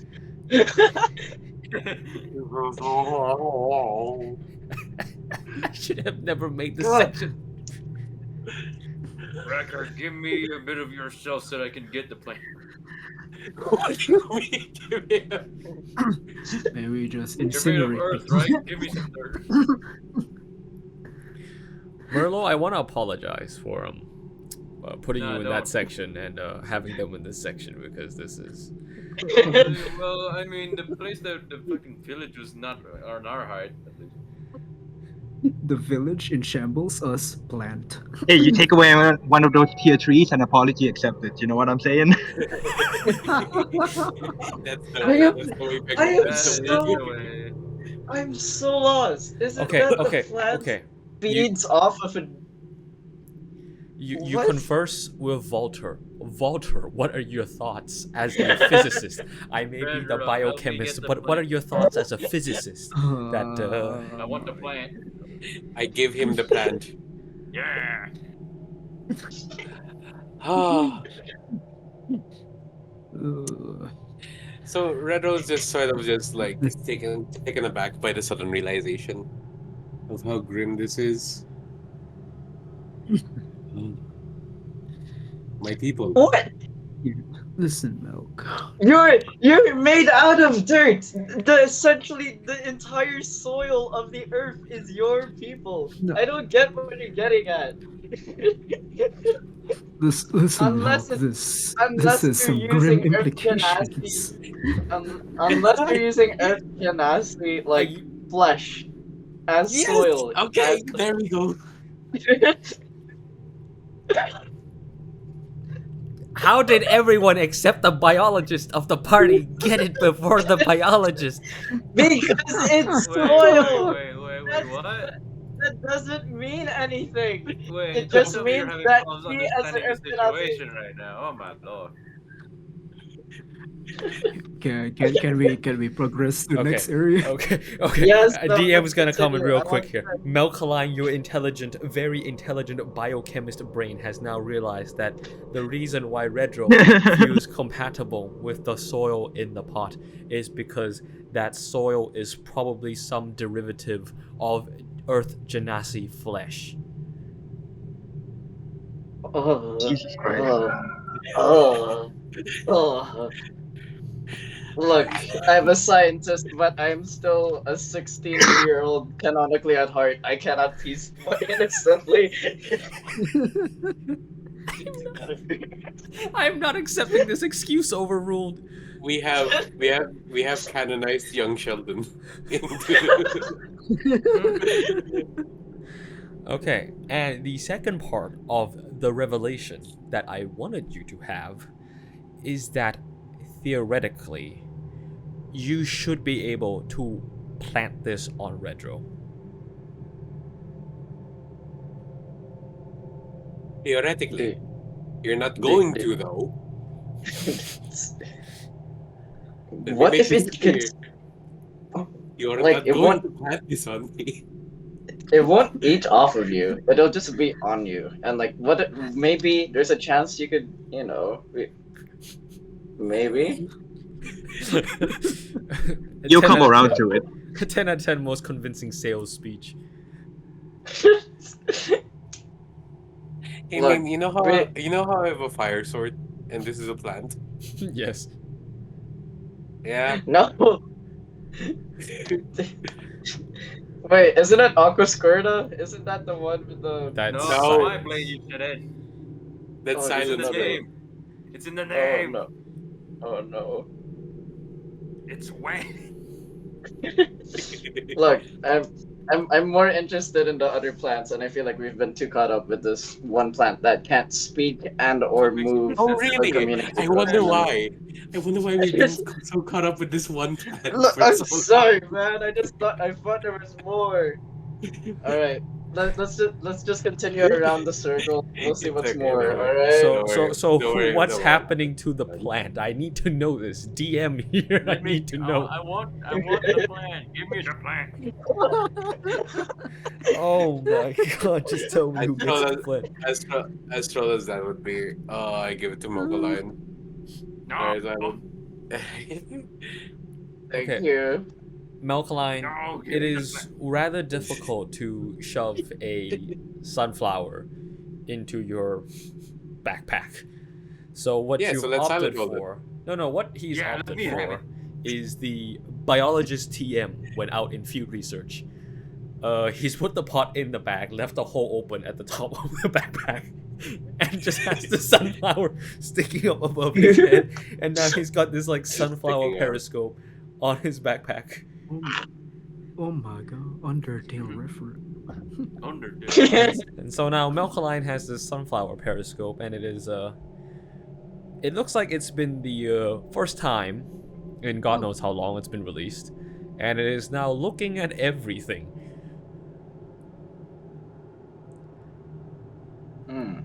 All right. Give me the plan. New party member. Mhm. Oh wait! I just had the stupid realization. It was shifting towards. Oh god! It was shifting towards Redro because it wanted the. Oh wait! Did it want its flesh? Wait, What what? the plan? Yes, my boy, it wanted to merge. No, keep it close. No, my goosebumps. Ew. Oh, that's disgusting. Give it to silent. Give it to silent. Yeah, give it to me. Give me the damn plan. I've been wanting it. All right. Let's just move towards the other ones. Maybe it Oh, had no, like you're long not. lost Give me the plan. feelings. The plant is in his backpack so far. He hasn't said he's gonna give it to you. And yes, Mr. Biologist, I'll outline the 3 points again. 1, it is in dirt made from Genasi flesh. 2, it can theoretically grow on Genasi flesh. Number 3, it wanted to attach to Redro. Oh, I didn't know. I did. You were the one. You were the last person I want you to have this. Oh shit, give me the plan. All right, enough about the plant. You're done with the plant. It is in the backpack. You are at beta 4. Do you move Hey. inwards to Alpha Chamber? I move. Yeah, I having realized this, am cautiously moving into Alpha. Okay, fine. Okay. As you're about to move into Alpha, you hear a slithering sound. Okay, I move back into beta 4. Like the sound like it's like a piece of rope being dragged over metal grates. cartwheeling that rope. Okay, And I'm we will putting stop back your on the dark section. fantasy music. We'll put your section on hold and we'll transition back to Merlo. And I just Alright. heard you say, Shall we I'm get putting the transition? dark fantasy music on.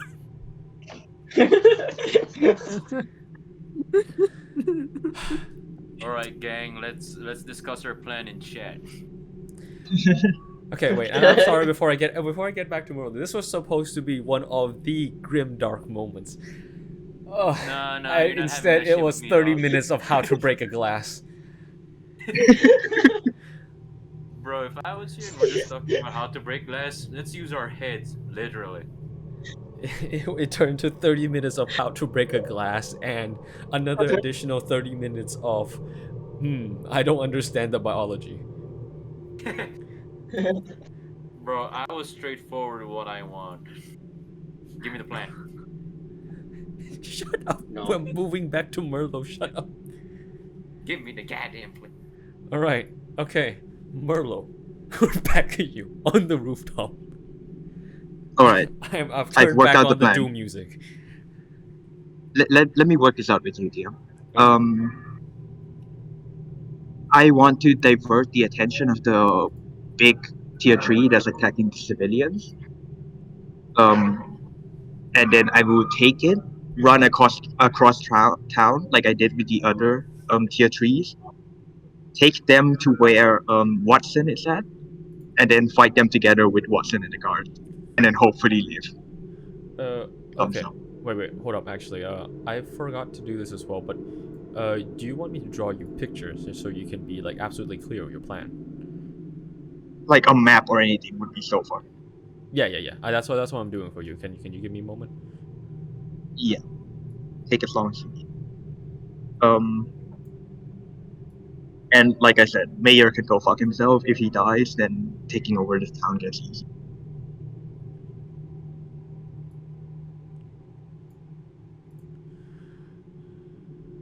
Okay.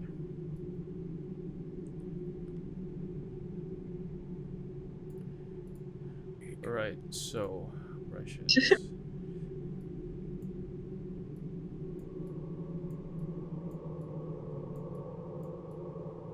So square for town square. Merlo.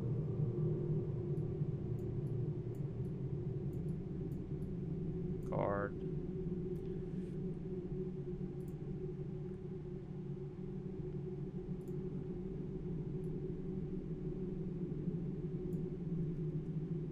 Let's not use it. Yeah, let's use this.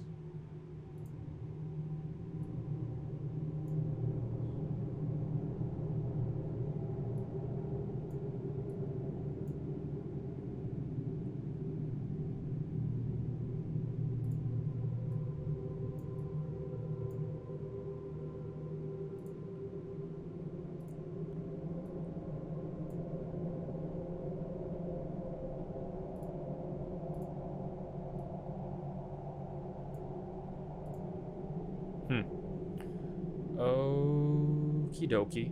So you're not interested in the in like the town hall, and it's like the furthest thing away from you. So I'll just show you this diagram.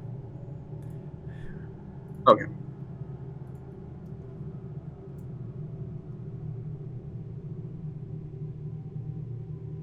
Okay. That is the map. Oh. So hopefully it is clear enough for you. The square is basically like the town square. The size is not too accurate, but that's basically like kind of like the barricaded area. If you understand. Mm-hmm. That's like the barricade area, and the red stars, as you can see, those are the tier 3s. The green hexagon, no, in this case it is a pentagon. The green pentagon is Watson, currently dueling the that one tier 3, and your name is on the roof, and guard is like garrison. How many people are in the square? Are you talking about civilians or fellow guards? Actually, like how many? Like, do they look incapacitated? Like, are there people who can't move? Like, they're half of the civilians look like they have, you know, like ashes on them. So basically, they've just recently been like unplantified. The other half so that's not are gonna able-bodied, and they are helping the other civilians. Then. So my first thought was that we move the people out of the square, up the choke point, and then have the guard protect them, and then like all the fucking tier 3 will come the same way, right? But that's not gonna work. Yes. Unfortunately, you look can like I you're see in both? a two-prong. Yep. Yeah. See what? I can see both sides, right? Yeah, as long as you run across the roof, back and forth. Oh, yeah, okay, that works. Yeah, this is like much closer than I thought. Like I thought I had to like go across town to get to Watson. Okay. So Watson can hear me if I yell. Yes, if you move over, per se. Actually, you know, let's live stream this. Instead of having Merlo,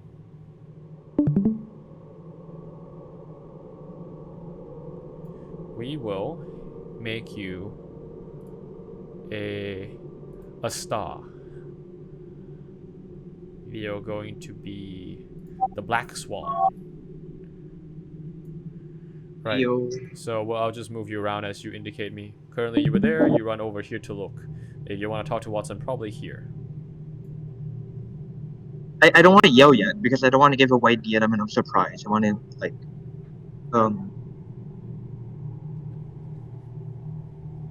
I like because I can do one shot with assassin, one shot where they still don't know where I am. Yeah. Oh, the ones that were following me. Where are they coming from? Which direction?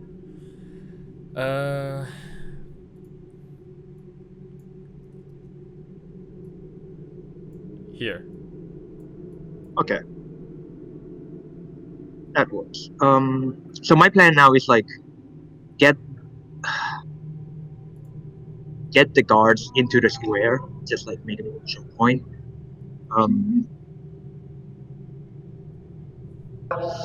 I want to get one shot off, and then I can do a smoke grenade. One shot off on and smoke grenade where? I'll take one shot at the one they're currently fight. Like the one they're currently fighting is it? They're like they're fuck, I forget the word in D&D, but like there's something like if you're in melee with someone, it's like you're engaged with them or like Yeah, engaged. yeah. So the guards are engaged with the one right in front of them, right? Which one? The one on the one near Watson, the one at the town square. The one near Watson, like they're currently fighting. Oh, in fact, I didn't draw because there's a lot, but like the other guards are like mainly concerned with like the tier ones. Watson is currently dueling the tier 3 alone. Oh yeah, this sucks. Okay, so there's a bunch of tier ones I haven't taken into consideration. If you recall from the very beginning, there weren't a lot of guards to begin with in this town. Yeah. It's a very small place. All right, I'm just gonna shoot the one Watson is fighting. Do you want to evaluate the one Watson is fighting first? Oh, okay. So you're telling me it's weak, because Watson is a beast. Yes, as if you recall the catacomb section, he straight flipped one of them and then punched the other so hard the wood broke. Okay, so yeah, I'll evaluate it, but like you've essentially already told me. So what we're gonna do is I'll shoot the one behind it, I guess, the one that's closer to Watson. I will say this one, yeah. No, the other one is closer, right, to Watson. Okay, yeah, so. This one. Hit it. Do I get the +3? Yes, it is unaware of you. And also, additional information about this one. It looks like it has a fleshy bulb in the middle of its chest. You know what I'm going for then. Fucking, yeah. Shit, the app's not working. It's not rolling dice. What the fuck? No. Or the D&D companion app sometimes. This Doom mix going hard right now. I turned it off. It was making my ADHD go wild. Okay, that's I got a 12 plus 12 again, and this time I have the +3, so that's 27. 27 to hit? Yep. Alright, that's a crit. Alright, roll for damage. You know the drill. That's 3d12 plus 4. You know what? That's good enough. That's 27. So it's 23 plus 4. I'm not gonna re-roll any of them. They're good.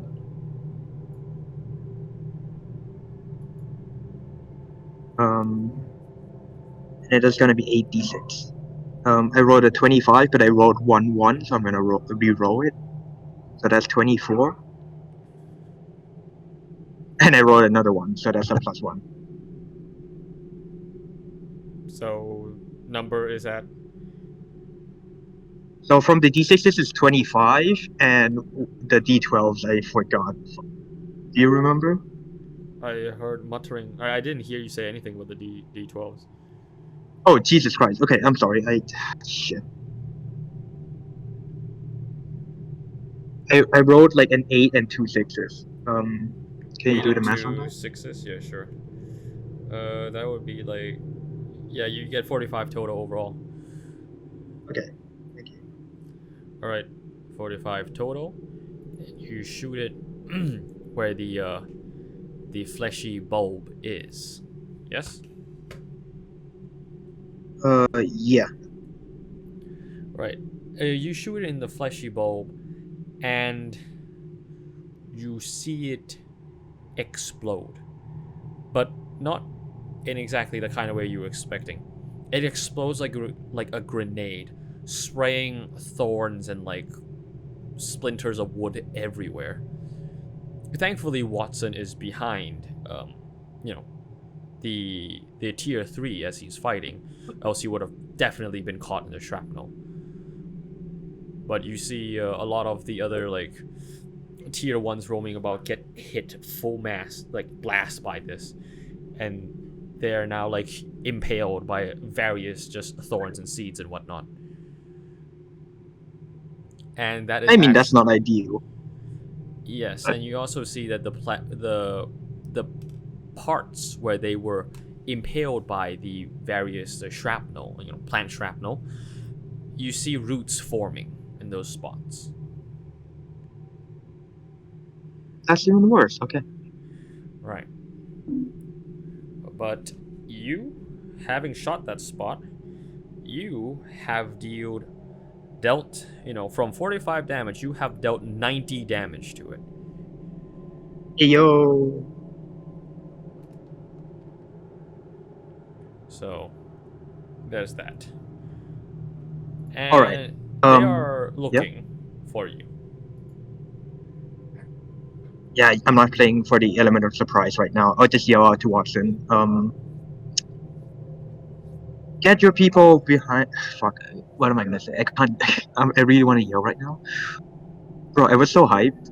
I'm sorry. I'm getting out of the fucking action for a bit. I was so hyped that we were gonna play tomorrow because tomorrow I was gonna stay at home and then I could yell full force into the fucking microphone. But right now I'm still in the university, so just imagine I'm doing it full force, but I'm not gonna do it. Okay? Just like get it around the corner, get to the square. Right. Watson looks up to you as he hears that, and he nods. There are people inside. Well, he doesn't nod. He yells back to you. There are people inside the garrison. We can't leave them. Christ, man. Why are people? Why are there so many people?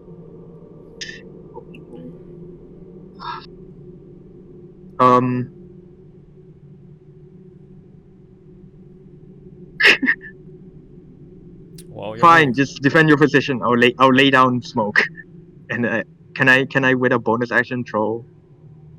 Yes. Throw smoke. You have I remember something like cunning action or something. We agreed on. Yeah, like in vanilla D&D, you can't use cunning action to use items. You can only like hide or dash or. Yeah, but we agreed that you would have, abilities to like kind of just like use it, like, right? Something like a bonus action, but not a bonus action. Well, we'll get back to that. We must have forgotten to write it down.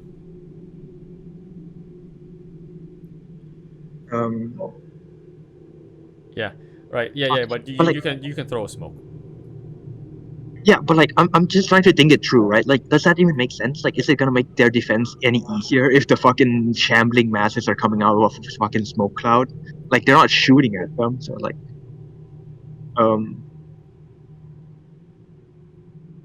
makes no difference actually. Now that I'm thinking about it.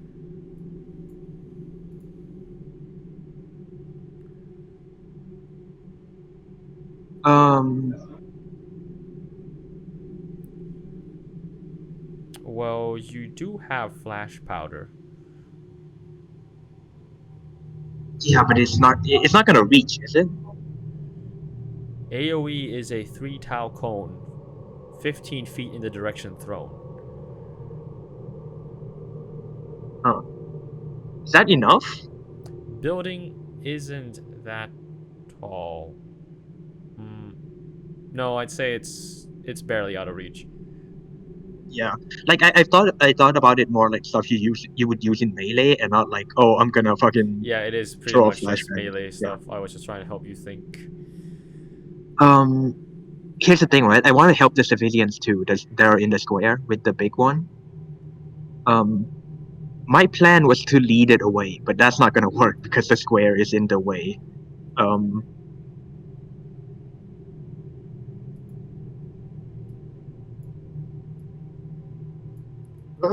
Fuck. I'm really thinking hard, man. Oh, you want a hint? Yeah, can I use my... Yeah, I'll use the DM hint. I'm like out of ideas right now. okay. I just want to move this along. Why haven't the guards used like a stupid amount of fire on these tier 3s in front of the garrison right now? Because the tier 3s don't get affected that much by fire. Yes, still, but wouldn't it still be better to at least try to use fire than rather not fire at all? Or perhaps, is there a way, like currently, the main reason that they're having trouble right now is that these tier 3s are in. But you can see that all the guards are dealing with the tier 1s and tier 2s relatively, well. In fact, they're like hauling people into the cure as this all is going down. And if you notice, this area to the garrison is actually a pretty good choke point. It's quite literally a one-way street. If you are somehow able to obstruct them somehow from walking into the guards area, with possibly a big enough structure like wood, a lot of wood. Now, where are we gonna find that? He says, standing on a building. Where could we Damn get it, some dude. wood right now? I could get some hard. Indeed.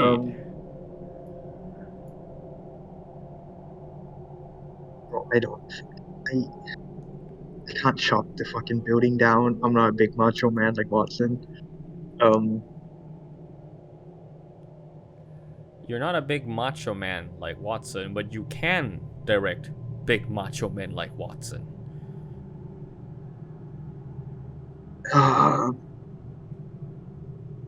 Okay, but like, what? Okay, I'm sorry, but like, I don't really catch you here. So you would build a barricade on this one-way street. Okay, so yes, to review more to you, it's a one-way street, and these are dire times. Technically, what you're standing on isn't just one whole building per se. Maybe this is partially my fault for not labeling it out properly, but oh, whoops, part of your star is gone. But there are like various small buildings like here and there, and they're made out of wood and brick. Technically, if you were to burn just one of these at front, there is hope that you might be able to make it collapse, or at least make it a big enough source of fire to help ward off this area. It's a very desperate attempt and very destructive, but if the building collapses, it will most likely collapse onto this area, which will effectively seal it off. I'll go for that then. Watson, are the people clear from these houses? Yes. There's no one left in there, sir. Alright, I have one flask of oil left. And a tinder kit, so I'm just gonna do an improvised Molotov cocktail and throw it down. Throw it down where? You said it's made of brick and wood, but like, if the base is made of brick, then I can't. Okay, an additional hint. You're not gonna have enough firepower to blow it up, but the guards might have something. Oh, shit. Oh, okay. Well, okay, so here's the thing. That's why I was confused, because earlier, like, I asked him if he had anything with fire, and they showed me like some fucking torches and fire stick and shit, You said fire. I didn't know that. Not explosives. Well, they should have fucking understood me, okay? Do you have any explosives? Are you saying this to Watson? Watson? Yeah, to Watson. We have one stick of dynamite.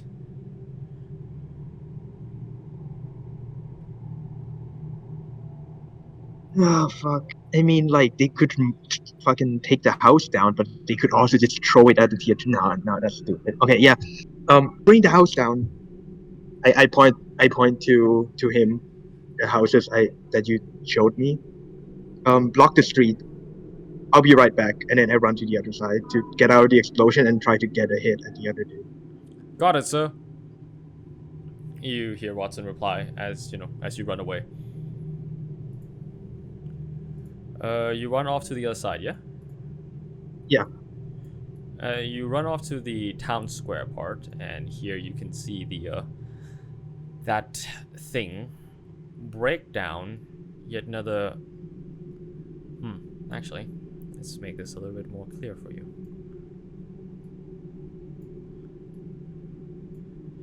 You see it moving, and it has broken through one of the barricade layers. That works out nicely with a fucking select command. Okay, yeah. Can I shoot it? Is it aware of me? No, it is not. It is solely focused on just breaking through right now, it seems. Right. Take a pot shot. Sure, What roll do you for it. think?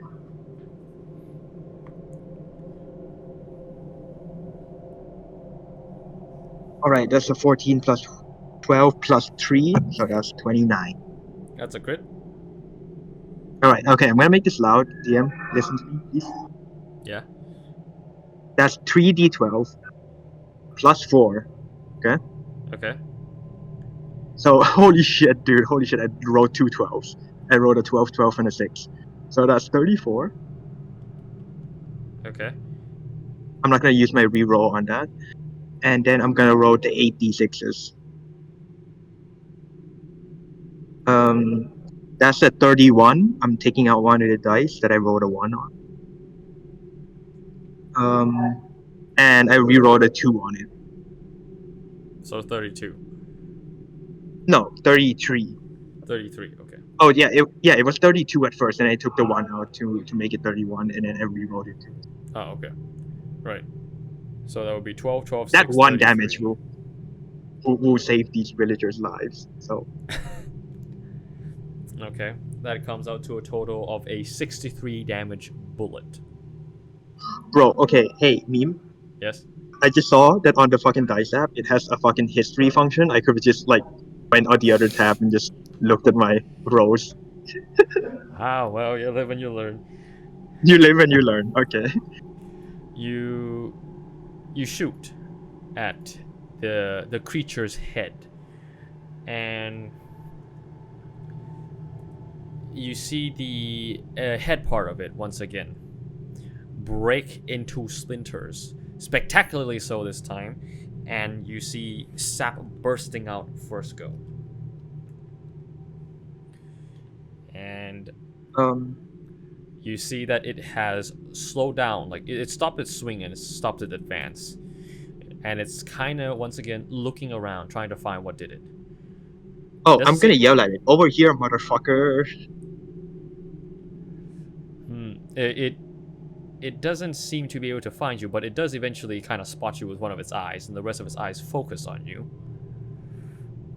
I'm yelling this as much for the monster's effect as to the townspeople, so they notice me for Yeah, saving their life. the guards people definitely notice you, and they feel, you see that they look a little bit more bolstered up, knowing that they now The townspeople too. I need Yeah. their Yes, undying trust. the townspeople look more hopeful. Think of it as like the hero's entrance. The sun behind me, standing tall on this building. I don't know about no and- sun this evening. Can I move to the south, like south of this map, so that the creature, yes. so that the creature has, like, if it's anywhere smart, you would think like, if I want to go get that dude, I don't smash through this hard to get square, but I take the other way around. Oh, like you stand here, right? Trying to lure it. Yeah, so that it would try to come get me. Right. So you see it. You know, clearly it's identified you as a threat now, and you kind of. Can I roll something with charisma? Sure. What do you want to roll for? Yeah, I haven't rolled charisma in so long. I just wanna give it a go. Sure. Performance maybe, would this be? You want to do a heroic performance? Yeah, like trying to get his attention, doing all this like Go for it. Inspire the townspeople. Get their adoration. Roll me performance. Okay, Mr. DM, I rolled a 3. I'm going to spend an inspiration on that. Literally, you said inspiration, and you know what? I do need it. Mm-hmm. Marginally better. I rolled an 11 plus 6, 17. 17. Okay, so how do you act this out as you run over here and now you're like, you know, at this corner? What do you say something? Do you do something? Okay, so in Merlo's brain, this is why it's a 17 and not a bigger number, right? Like the most heroic thing would be like, the sun behind my back. I'm like, go over here and then like getting it into my way. But like, I'm on a roof. I'm probably stumbling a little. There's no sun. Like you said, it's evening. And I'm just like, hey, I'm here. Hey. More of like, For some reason, I'm being reminded of the Kung Fu Panda 2 scene where he's yelling from the rooftops to Shen, and Shen doesn't hear a single word of it. What? What? Your day of reckoning has come, Shen. What? Okay, so you do that. You manage to pull off a pretty good performance. You get over there, like you're holding your gun heroically, and you might not have the sun behind your back, but you do have a very heroic silhouette on the roof right now. And these are gnomes, and you're a halfling hero. This is basically storybook material. Can't go wrong with this. okay, I'm sorry, I didn't catch the beginning of that. My fucking laptop ran out of power. Okay. I'm on my phone now. Alright, okay. So you pull off a pretty good performance. Having the situation so dire and just you coming here already gives it, a pretty significant, boost to everyone's hope, so to speak. And you are a halfling, which is bonus points to gnomes, as I've explored, I've explained before. Basically, Yay for storybook racism. hero material. And your silhouette there, no sun, but still pretty good hero silhouette. And you're holding your gun, everything. You look cool. And they definitely understand what it is you're trying to do. You're trying to lure them away from the town square, saving the innocent civilians. Pretty hero stuff. It works pretty damn well too, as this thing starts shambling, breaking its way through this barricade. Oh wait, it's still going? It didn't take the bait? No. Oh, It's wait, no, taking the bait. It just broke it downwards towards you. Oh yeah, okay. Sorry, I wasn't watching the stream just now. Yeah. On my phone. Yeah. Right. So it is now moving towards you. And in fact, maybe you did it a little bit too well, because this one also starts moving towards you. And these two have now crept up. Hey, you know what they say, all press is good press. Yeah, and don't forget your buddy who you were trying to blow his brains out here. Actually, we'll make you orange. Wait. Did the explosion go off yet? I just had a fucking burst of inspiration. About to go off, actually. Wait, they already threw it? Fuck. It's about to. When were you thinking it was gonna go off? Shit, I was thinking it was gonna, but now I have a much better plan. Hey, I'm gonna yell at Watson. Watson, don't throw the fucking dynamite yet. Up. Don't light it yet. He's holding it in his hand. The fuse is lit. He quickly snuffs it out. Snuff the fuse. He snuffs it Sorry, with one hand.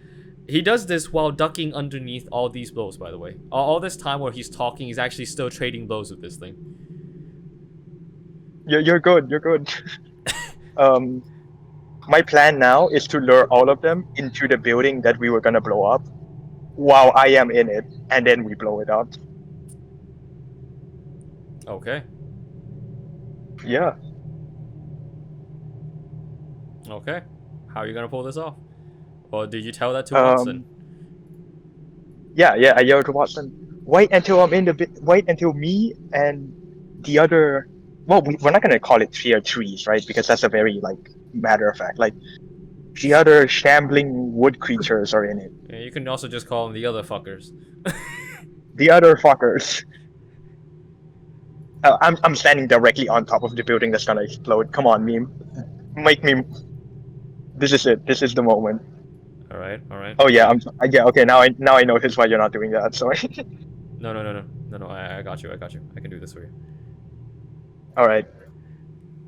Yeah, and I start just shooting at the masses, not aiming to do the most damage, but to keep their attention on me. Yeah, you start doing the cowboy hip fire with your rifle. You just go. Yeah. Ding, ding, ding. and you're spraying it to a point where this guy also can't really ignore you anymore. He thinks you're a much bigger threat. And they also all start to move. And as they move in, you're gonna have to start dodging now, because these three, if you recall, can shoot. I'll label them orange just so that you'll know. So they're now shooting the thorny business at you, if you will. Yep, that's happening. Yeah. And this one, you now realize, isn't exactly shambling slowly. The one with the axe that you've met at the square, he's running over with surprising speed. I mean, that's great. That's great. I was worried he wasn't gonna get here in time, but everyone got to join the party. Everyone's invited.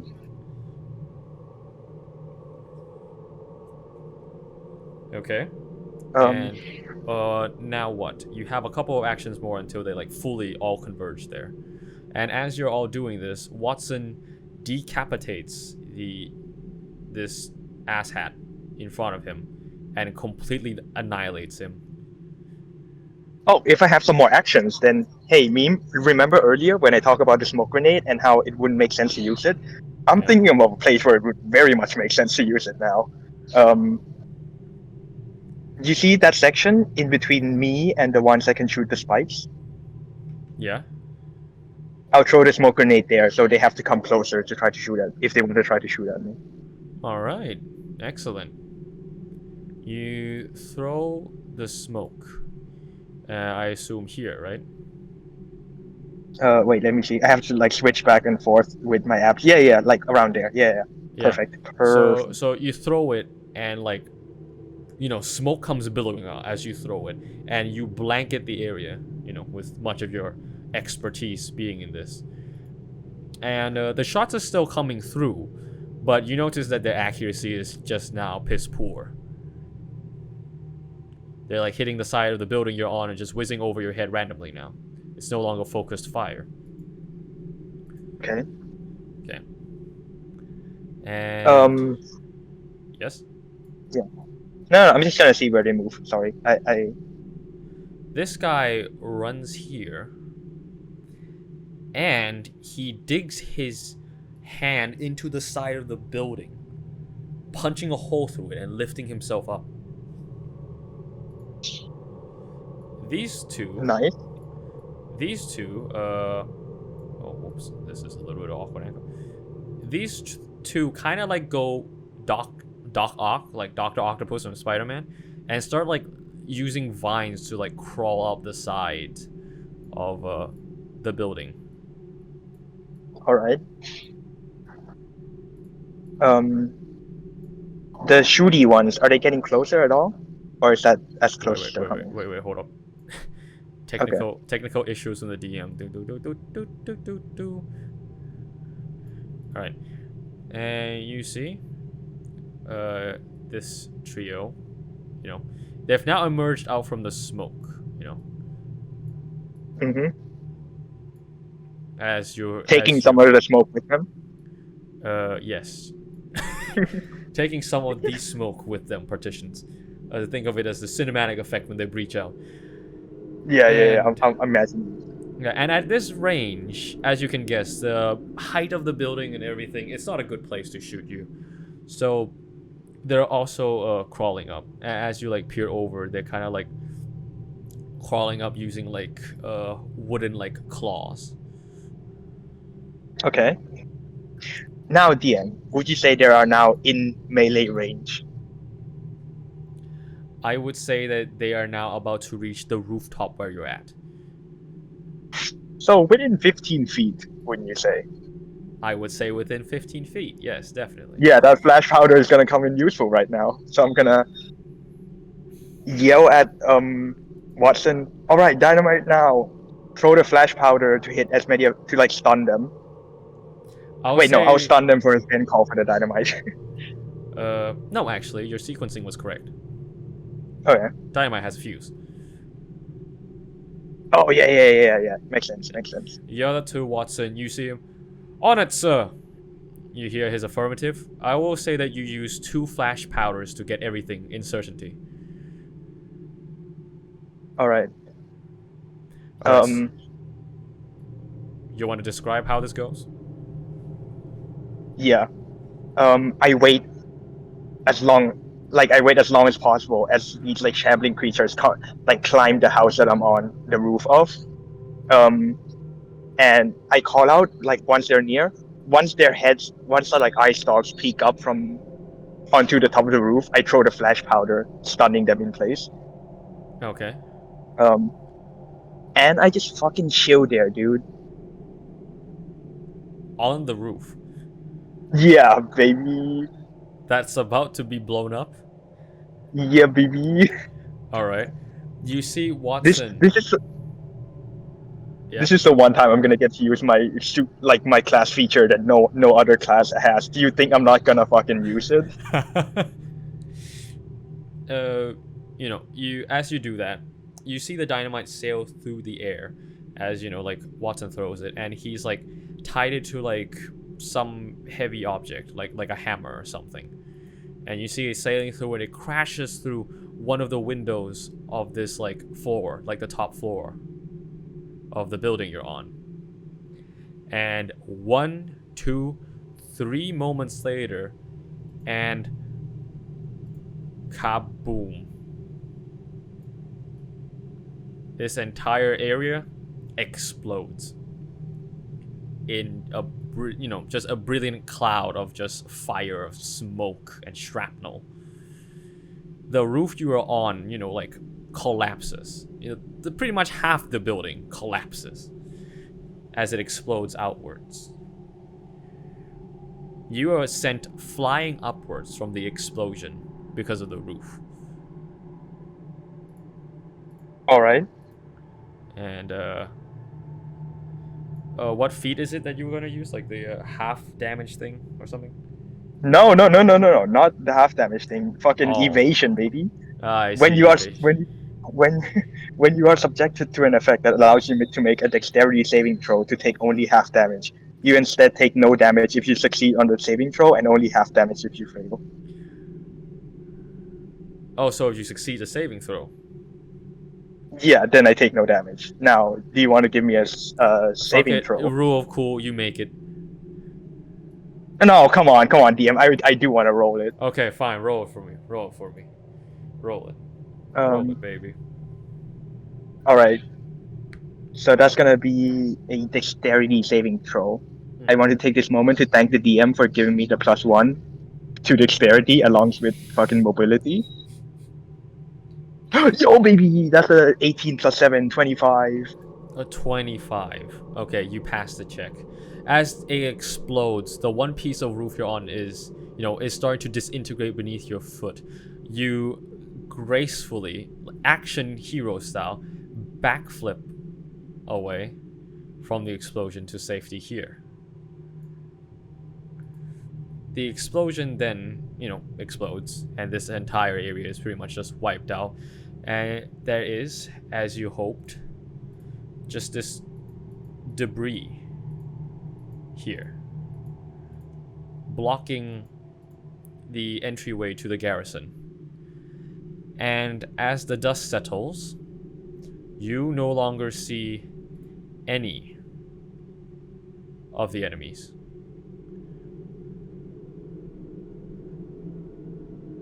But the explosion seems to have blown them away. Okay. Oh no! Now they're aerosolized. Everyone, get your masks. Get your N60. The what? What are they called? N95s. Is this really the time? Everyone, get your mask on. Wash your hands. So, what We are don't you want this. mumbling about? I just took an explosion, and instead of taking damage, I took brain damage. It just lost my mind completely. The shock.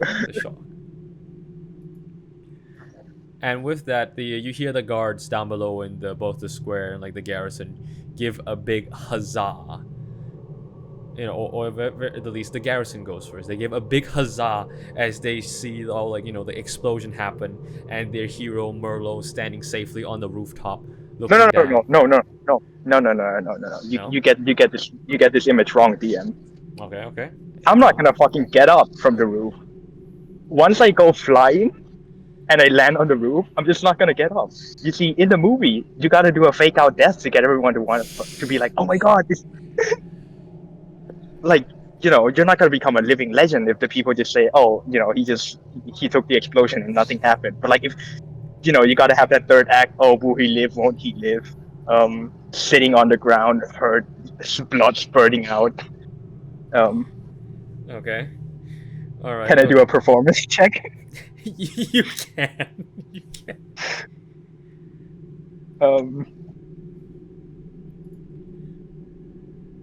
God damn it. I roll so good on the fucking dodging, and I roll so bad on the performance. I'm actually thinking, I'll give you you know, advantage. This is your moment. The people are in.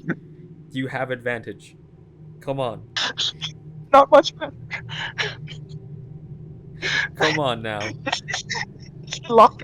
Okay, I rolled a 5 on the first one, and I rolled a 10 on the second one. Which 10 is not bad. 10 plus 6.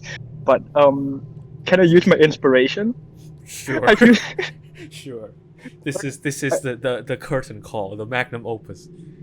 Yeah, I was saving the inspiration in case I had to use it for the rolling to dodge the explosion. But you know, that's easy. Fucking acting like it was. No, this is why it's so hard to do a performance, because getting away from the explosion was so easy. It's hard to like sell the oh my god, am I gonna die now? Yes. I rolled a 5 again. Hey, it's just not. Hey, some days it's just not meant to be, man. Okay, so 16 is the final. Yeah. So your performance is on the side of a little bit amateurish. You are a little bit obvious. Like you almost pull out the Shakespearean routine. I've been hit by shrapnel as you disappear from sight dramatically. But it seems to have worked because you hear Watson yell for you. Sir, are you there? Sir. Worry about yourselves. Save the town people. Copy that, sir. We'll do it. Once we're done, we'll go up there and help you out. Hang in there, sir. And you don't hear from Watson, after that. But you do hear, like the guards, are being louder now. You have lifted the morale of all the guards. And peeking around everything, I would just say that you're using your knife. You crawl to the edge somewhere here and kind of peek over using your knife, right? Yeah, it does feel kind of asshole-ish to be like, my job's done now, I'm just gonna fucking phone it in, but it's kind of in character, right? To just be like, yeah, don't do their fucking jobs. My work here is done. Time to fucking lay back and enjoy the sun. Yeah, Doesn't exist like that. You see a guard from the garrison actually successfully make his way to this street and yell to the people in the square, telling them how a large part of the threat has been dealt with, and that victory is near, and more cheering is heard, and they should be able to kind of fortify this place better now thanks to the barricade you've made from the exploded building. And as you're lying there, you get a clear view of the well in the catacomb entrance. And as you're lying there, clearly thinking your job is done, you see a mass of green vines appear from the catacomb entrance.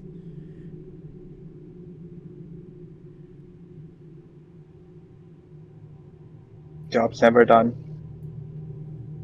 And we'll stop Merlo's section there. Well played, lad. Well played. And now, before we end the whole section for today, we're gonna finish it off with the Redro squad and how they're going to proceed. So, gentlemen,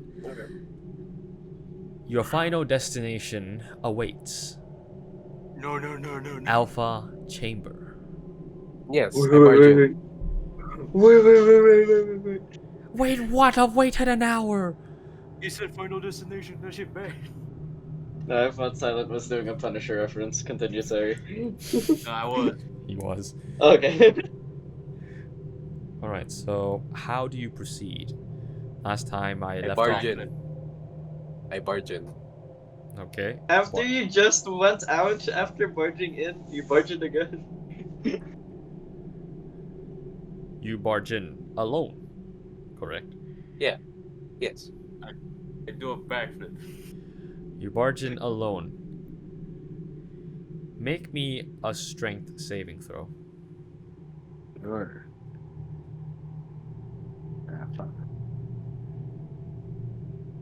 Okay. That's good.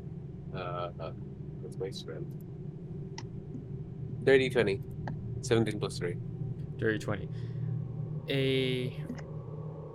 Of somewhere from the dark, you have your sword as a torch, but a vine tentacle flies towards you at tremendous speed and hits you right in the arm, dealing a sizable, not sizable, a certain amount of damage. You take 8 damage from that.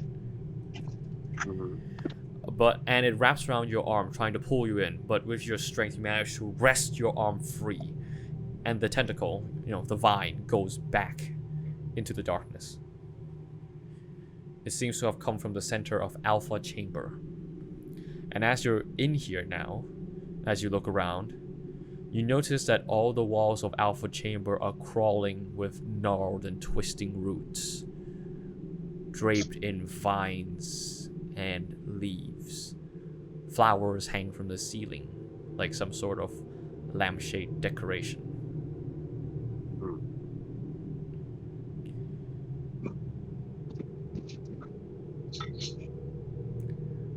How big is the room? The room is I would say like like the reactor kind of rooms? Like the control room? Or like the actual reactor? Like the actual reactor core. Around a room of that size. Okay, let me describe to you better, sorry.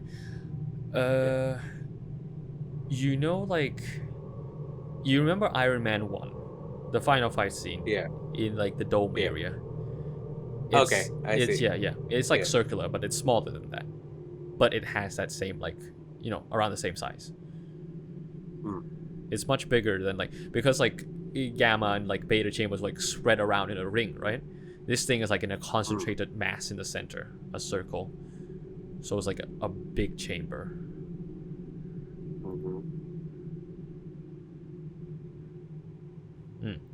So there's that.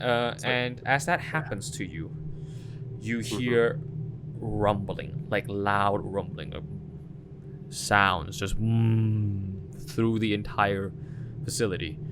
And the rest of the party, namely Valtr, Melkaline, and Silent, who are in Beta 4 chamber, feel the things start to shake around them. Melkaline, not in particular Melkaline, but Silent, Valtr, you notice that the sunflower on top of Melkaline's head is actually looking left and right now towards the entrances into, around the Beta circle. It's looking at it in kind of like a, oh shit, it's coming. And then you see a mass of vines filling the entire walkway just start crawling at alarming speed through the channels, through the entrance leading to Beta 3 and Beta 1, approaching you in Beta 4, closing you off.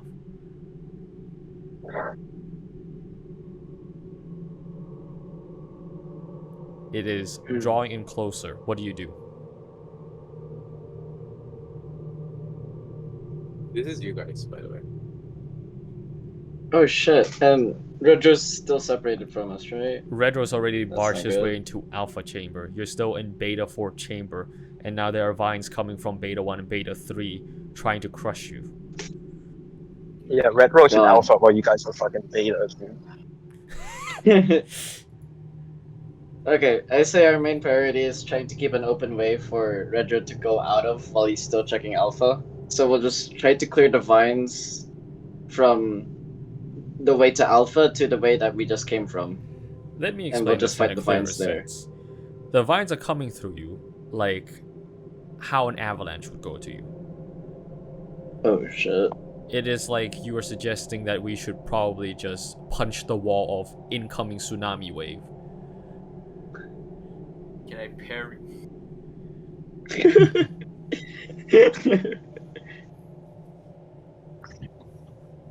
And as you look around, you also notice that from Gamma 1, the entrance from Gamma 1 to like Beta 4, basically the way out of this ring, also has vines, you know, surging through it. Shit. Guys, are we running or do you want to check out Alpha before we dip? The Actually, no, only it's running in pretty entryway, fast. the only passageway open right now, dear Milkaline, is the one into Alpha. Oh. Yeah, no, I barge in with Redro. If I'm gonna have a last stand, I'm not gonna be in beta. Okay, Milkaline enters Alpha. The vines close in. What does Valtr and Silent do? What do you think, Gluggers? Oh boy. Yeah, we follow suit, yeah.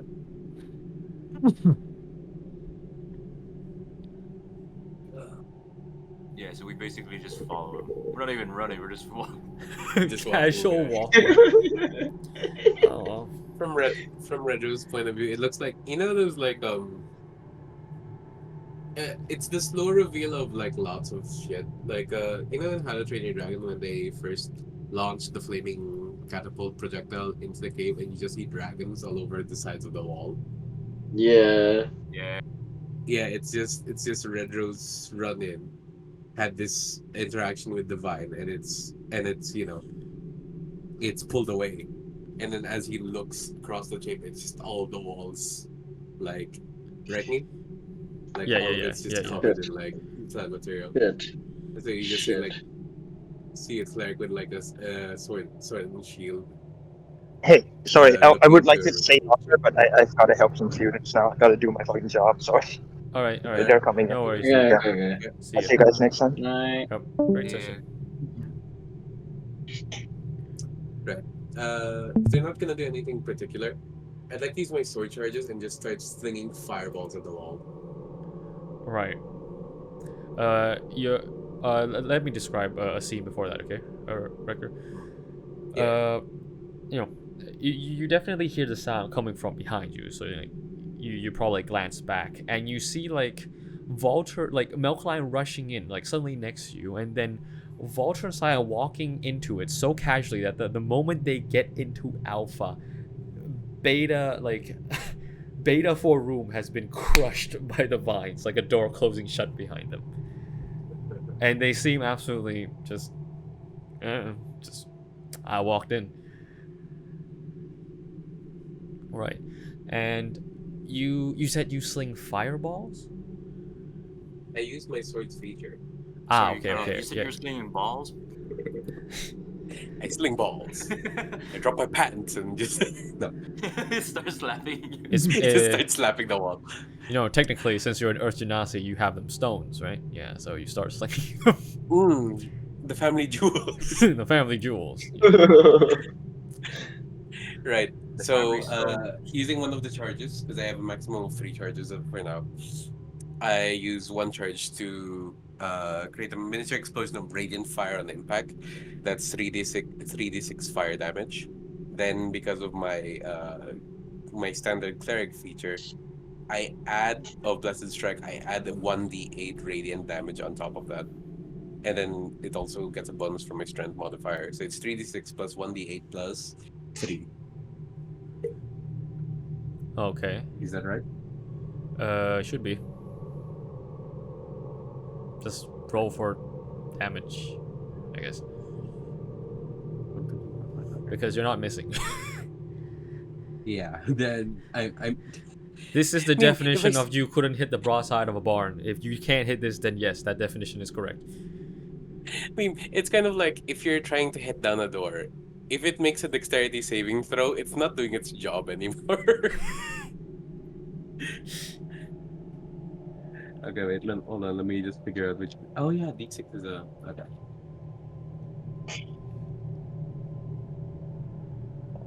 uh, 16 Plus. D8. Wow. Okay. 24 plus 3, 27. 27. Yeah. Okay. That 27 damage. You aim for like the vines and the leaves and the flowers and whatnot and the walls and stuff. Yep. So you do 54 fire damage onto the Right. the walls. Double fire damage. Oh, that's a hint. Wink, wink, nudge, nudge. Good. I And see you that it's hear, really effective against and you everything. hear Yeah. a sort of high-pitched screech, like tinnitus level pitch, just just sound out through the entire chamber. It's so loud, in fact, that you can barely resist. You feel the urge to just like shut your ears with your hands.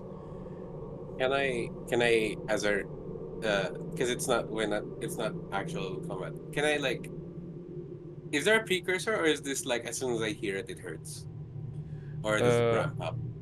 It doesn't ramp up. It hits you like a sudden wave, like a grenade exploded on you. Okay.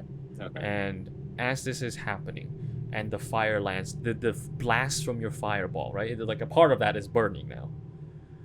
It shines additional light onto the chamber.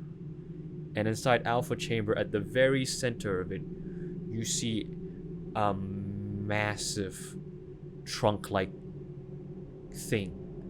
Like a tree trunk, to be exact.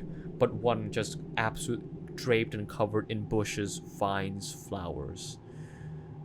And out from this just central tree stalk, you see hundreds of small eyeballs and ears and just mouths of various creatures. They're not all the same. It's like various things. Some are kobold ears, some are goblin ears, some are human ears, eyes from various species, mouths.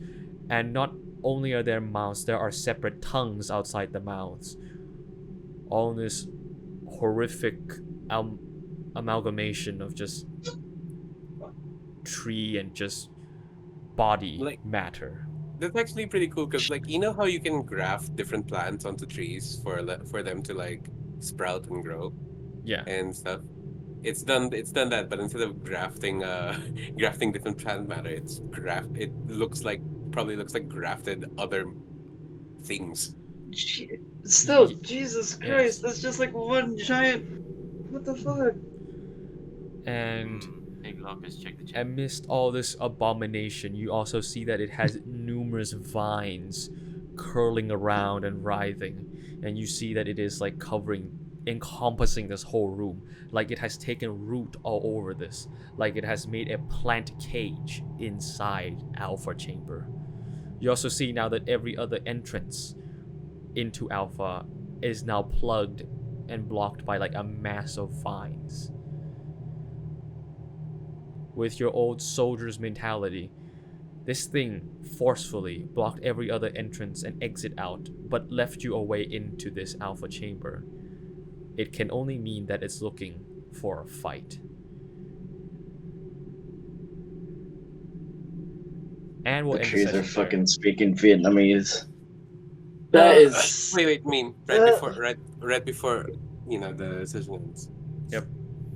I'm describing this now, just as because it works. Redro's realized that made the realization in the previous room that this is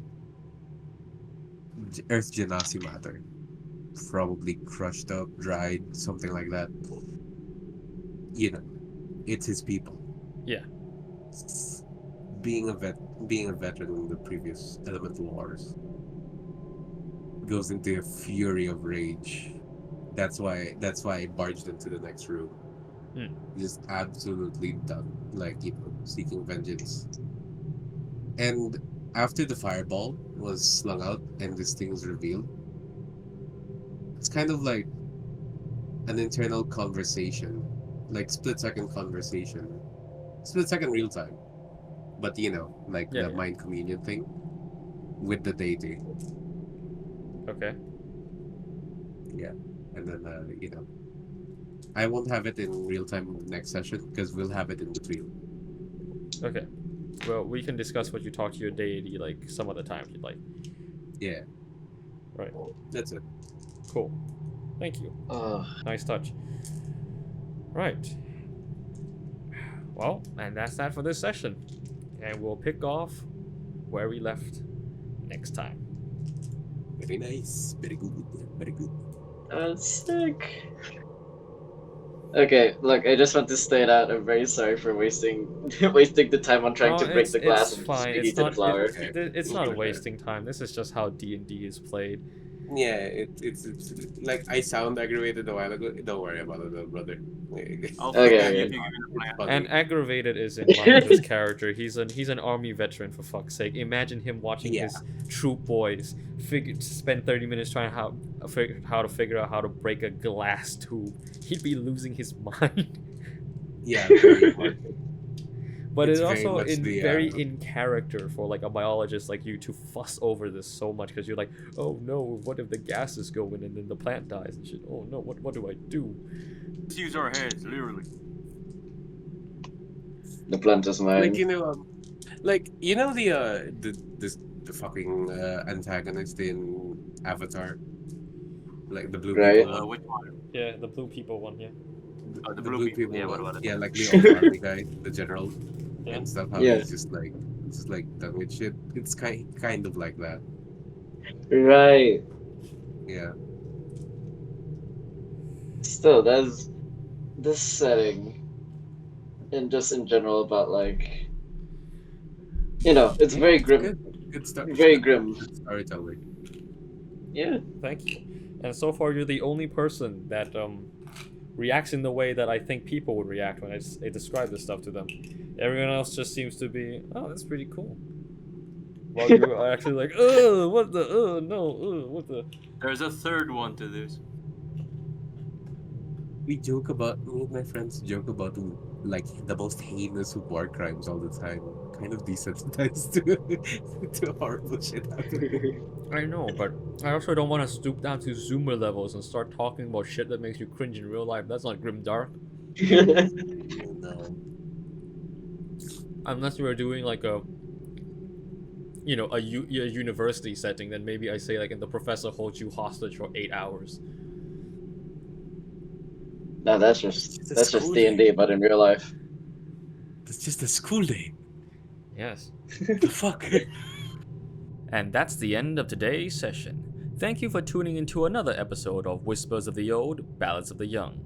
If you enjoyed listening to our D&D shenanigans, make sure to subscribe and drop us a like. It'd be great to have your support. This has been RockTofu and the gang, and we'll see y'all next time. Bye-bye.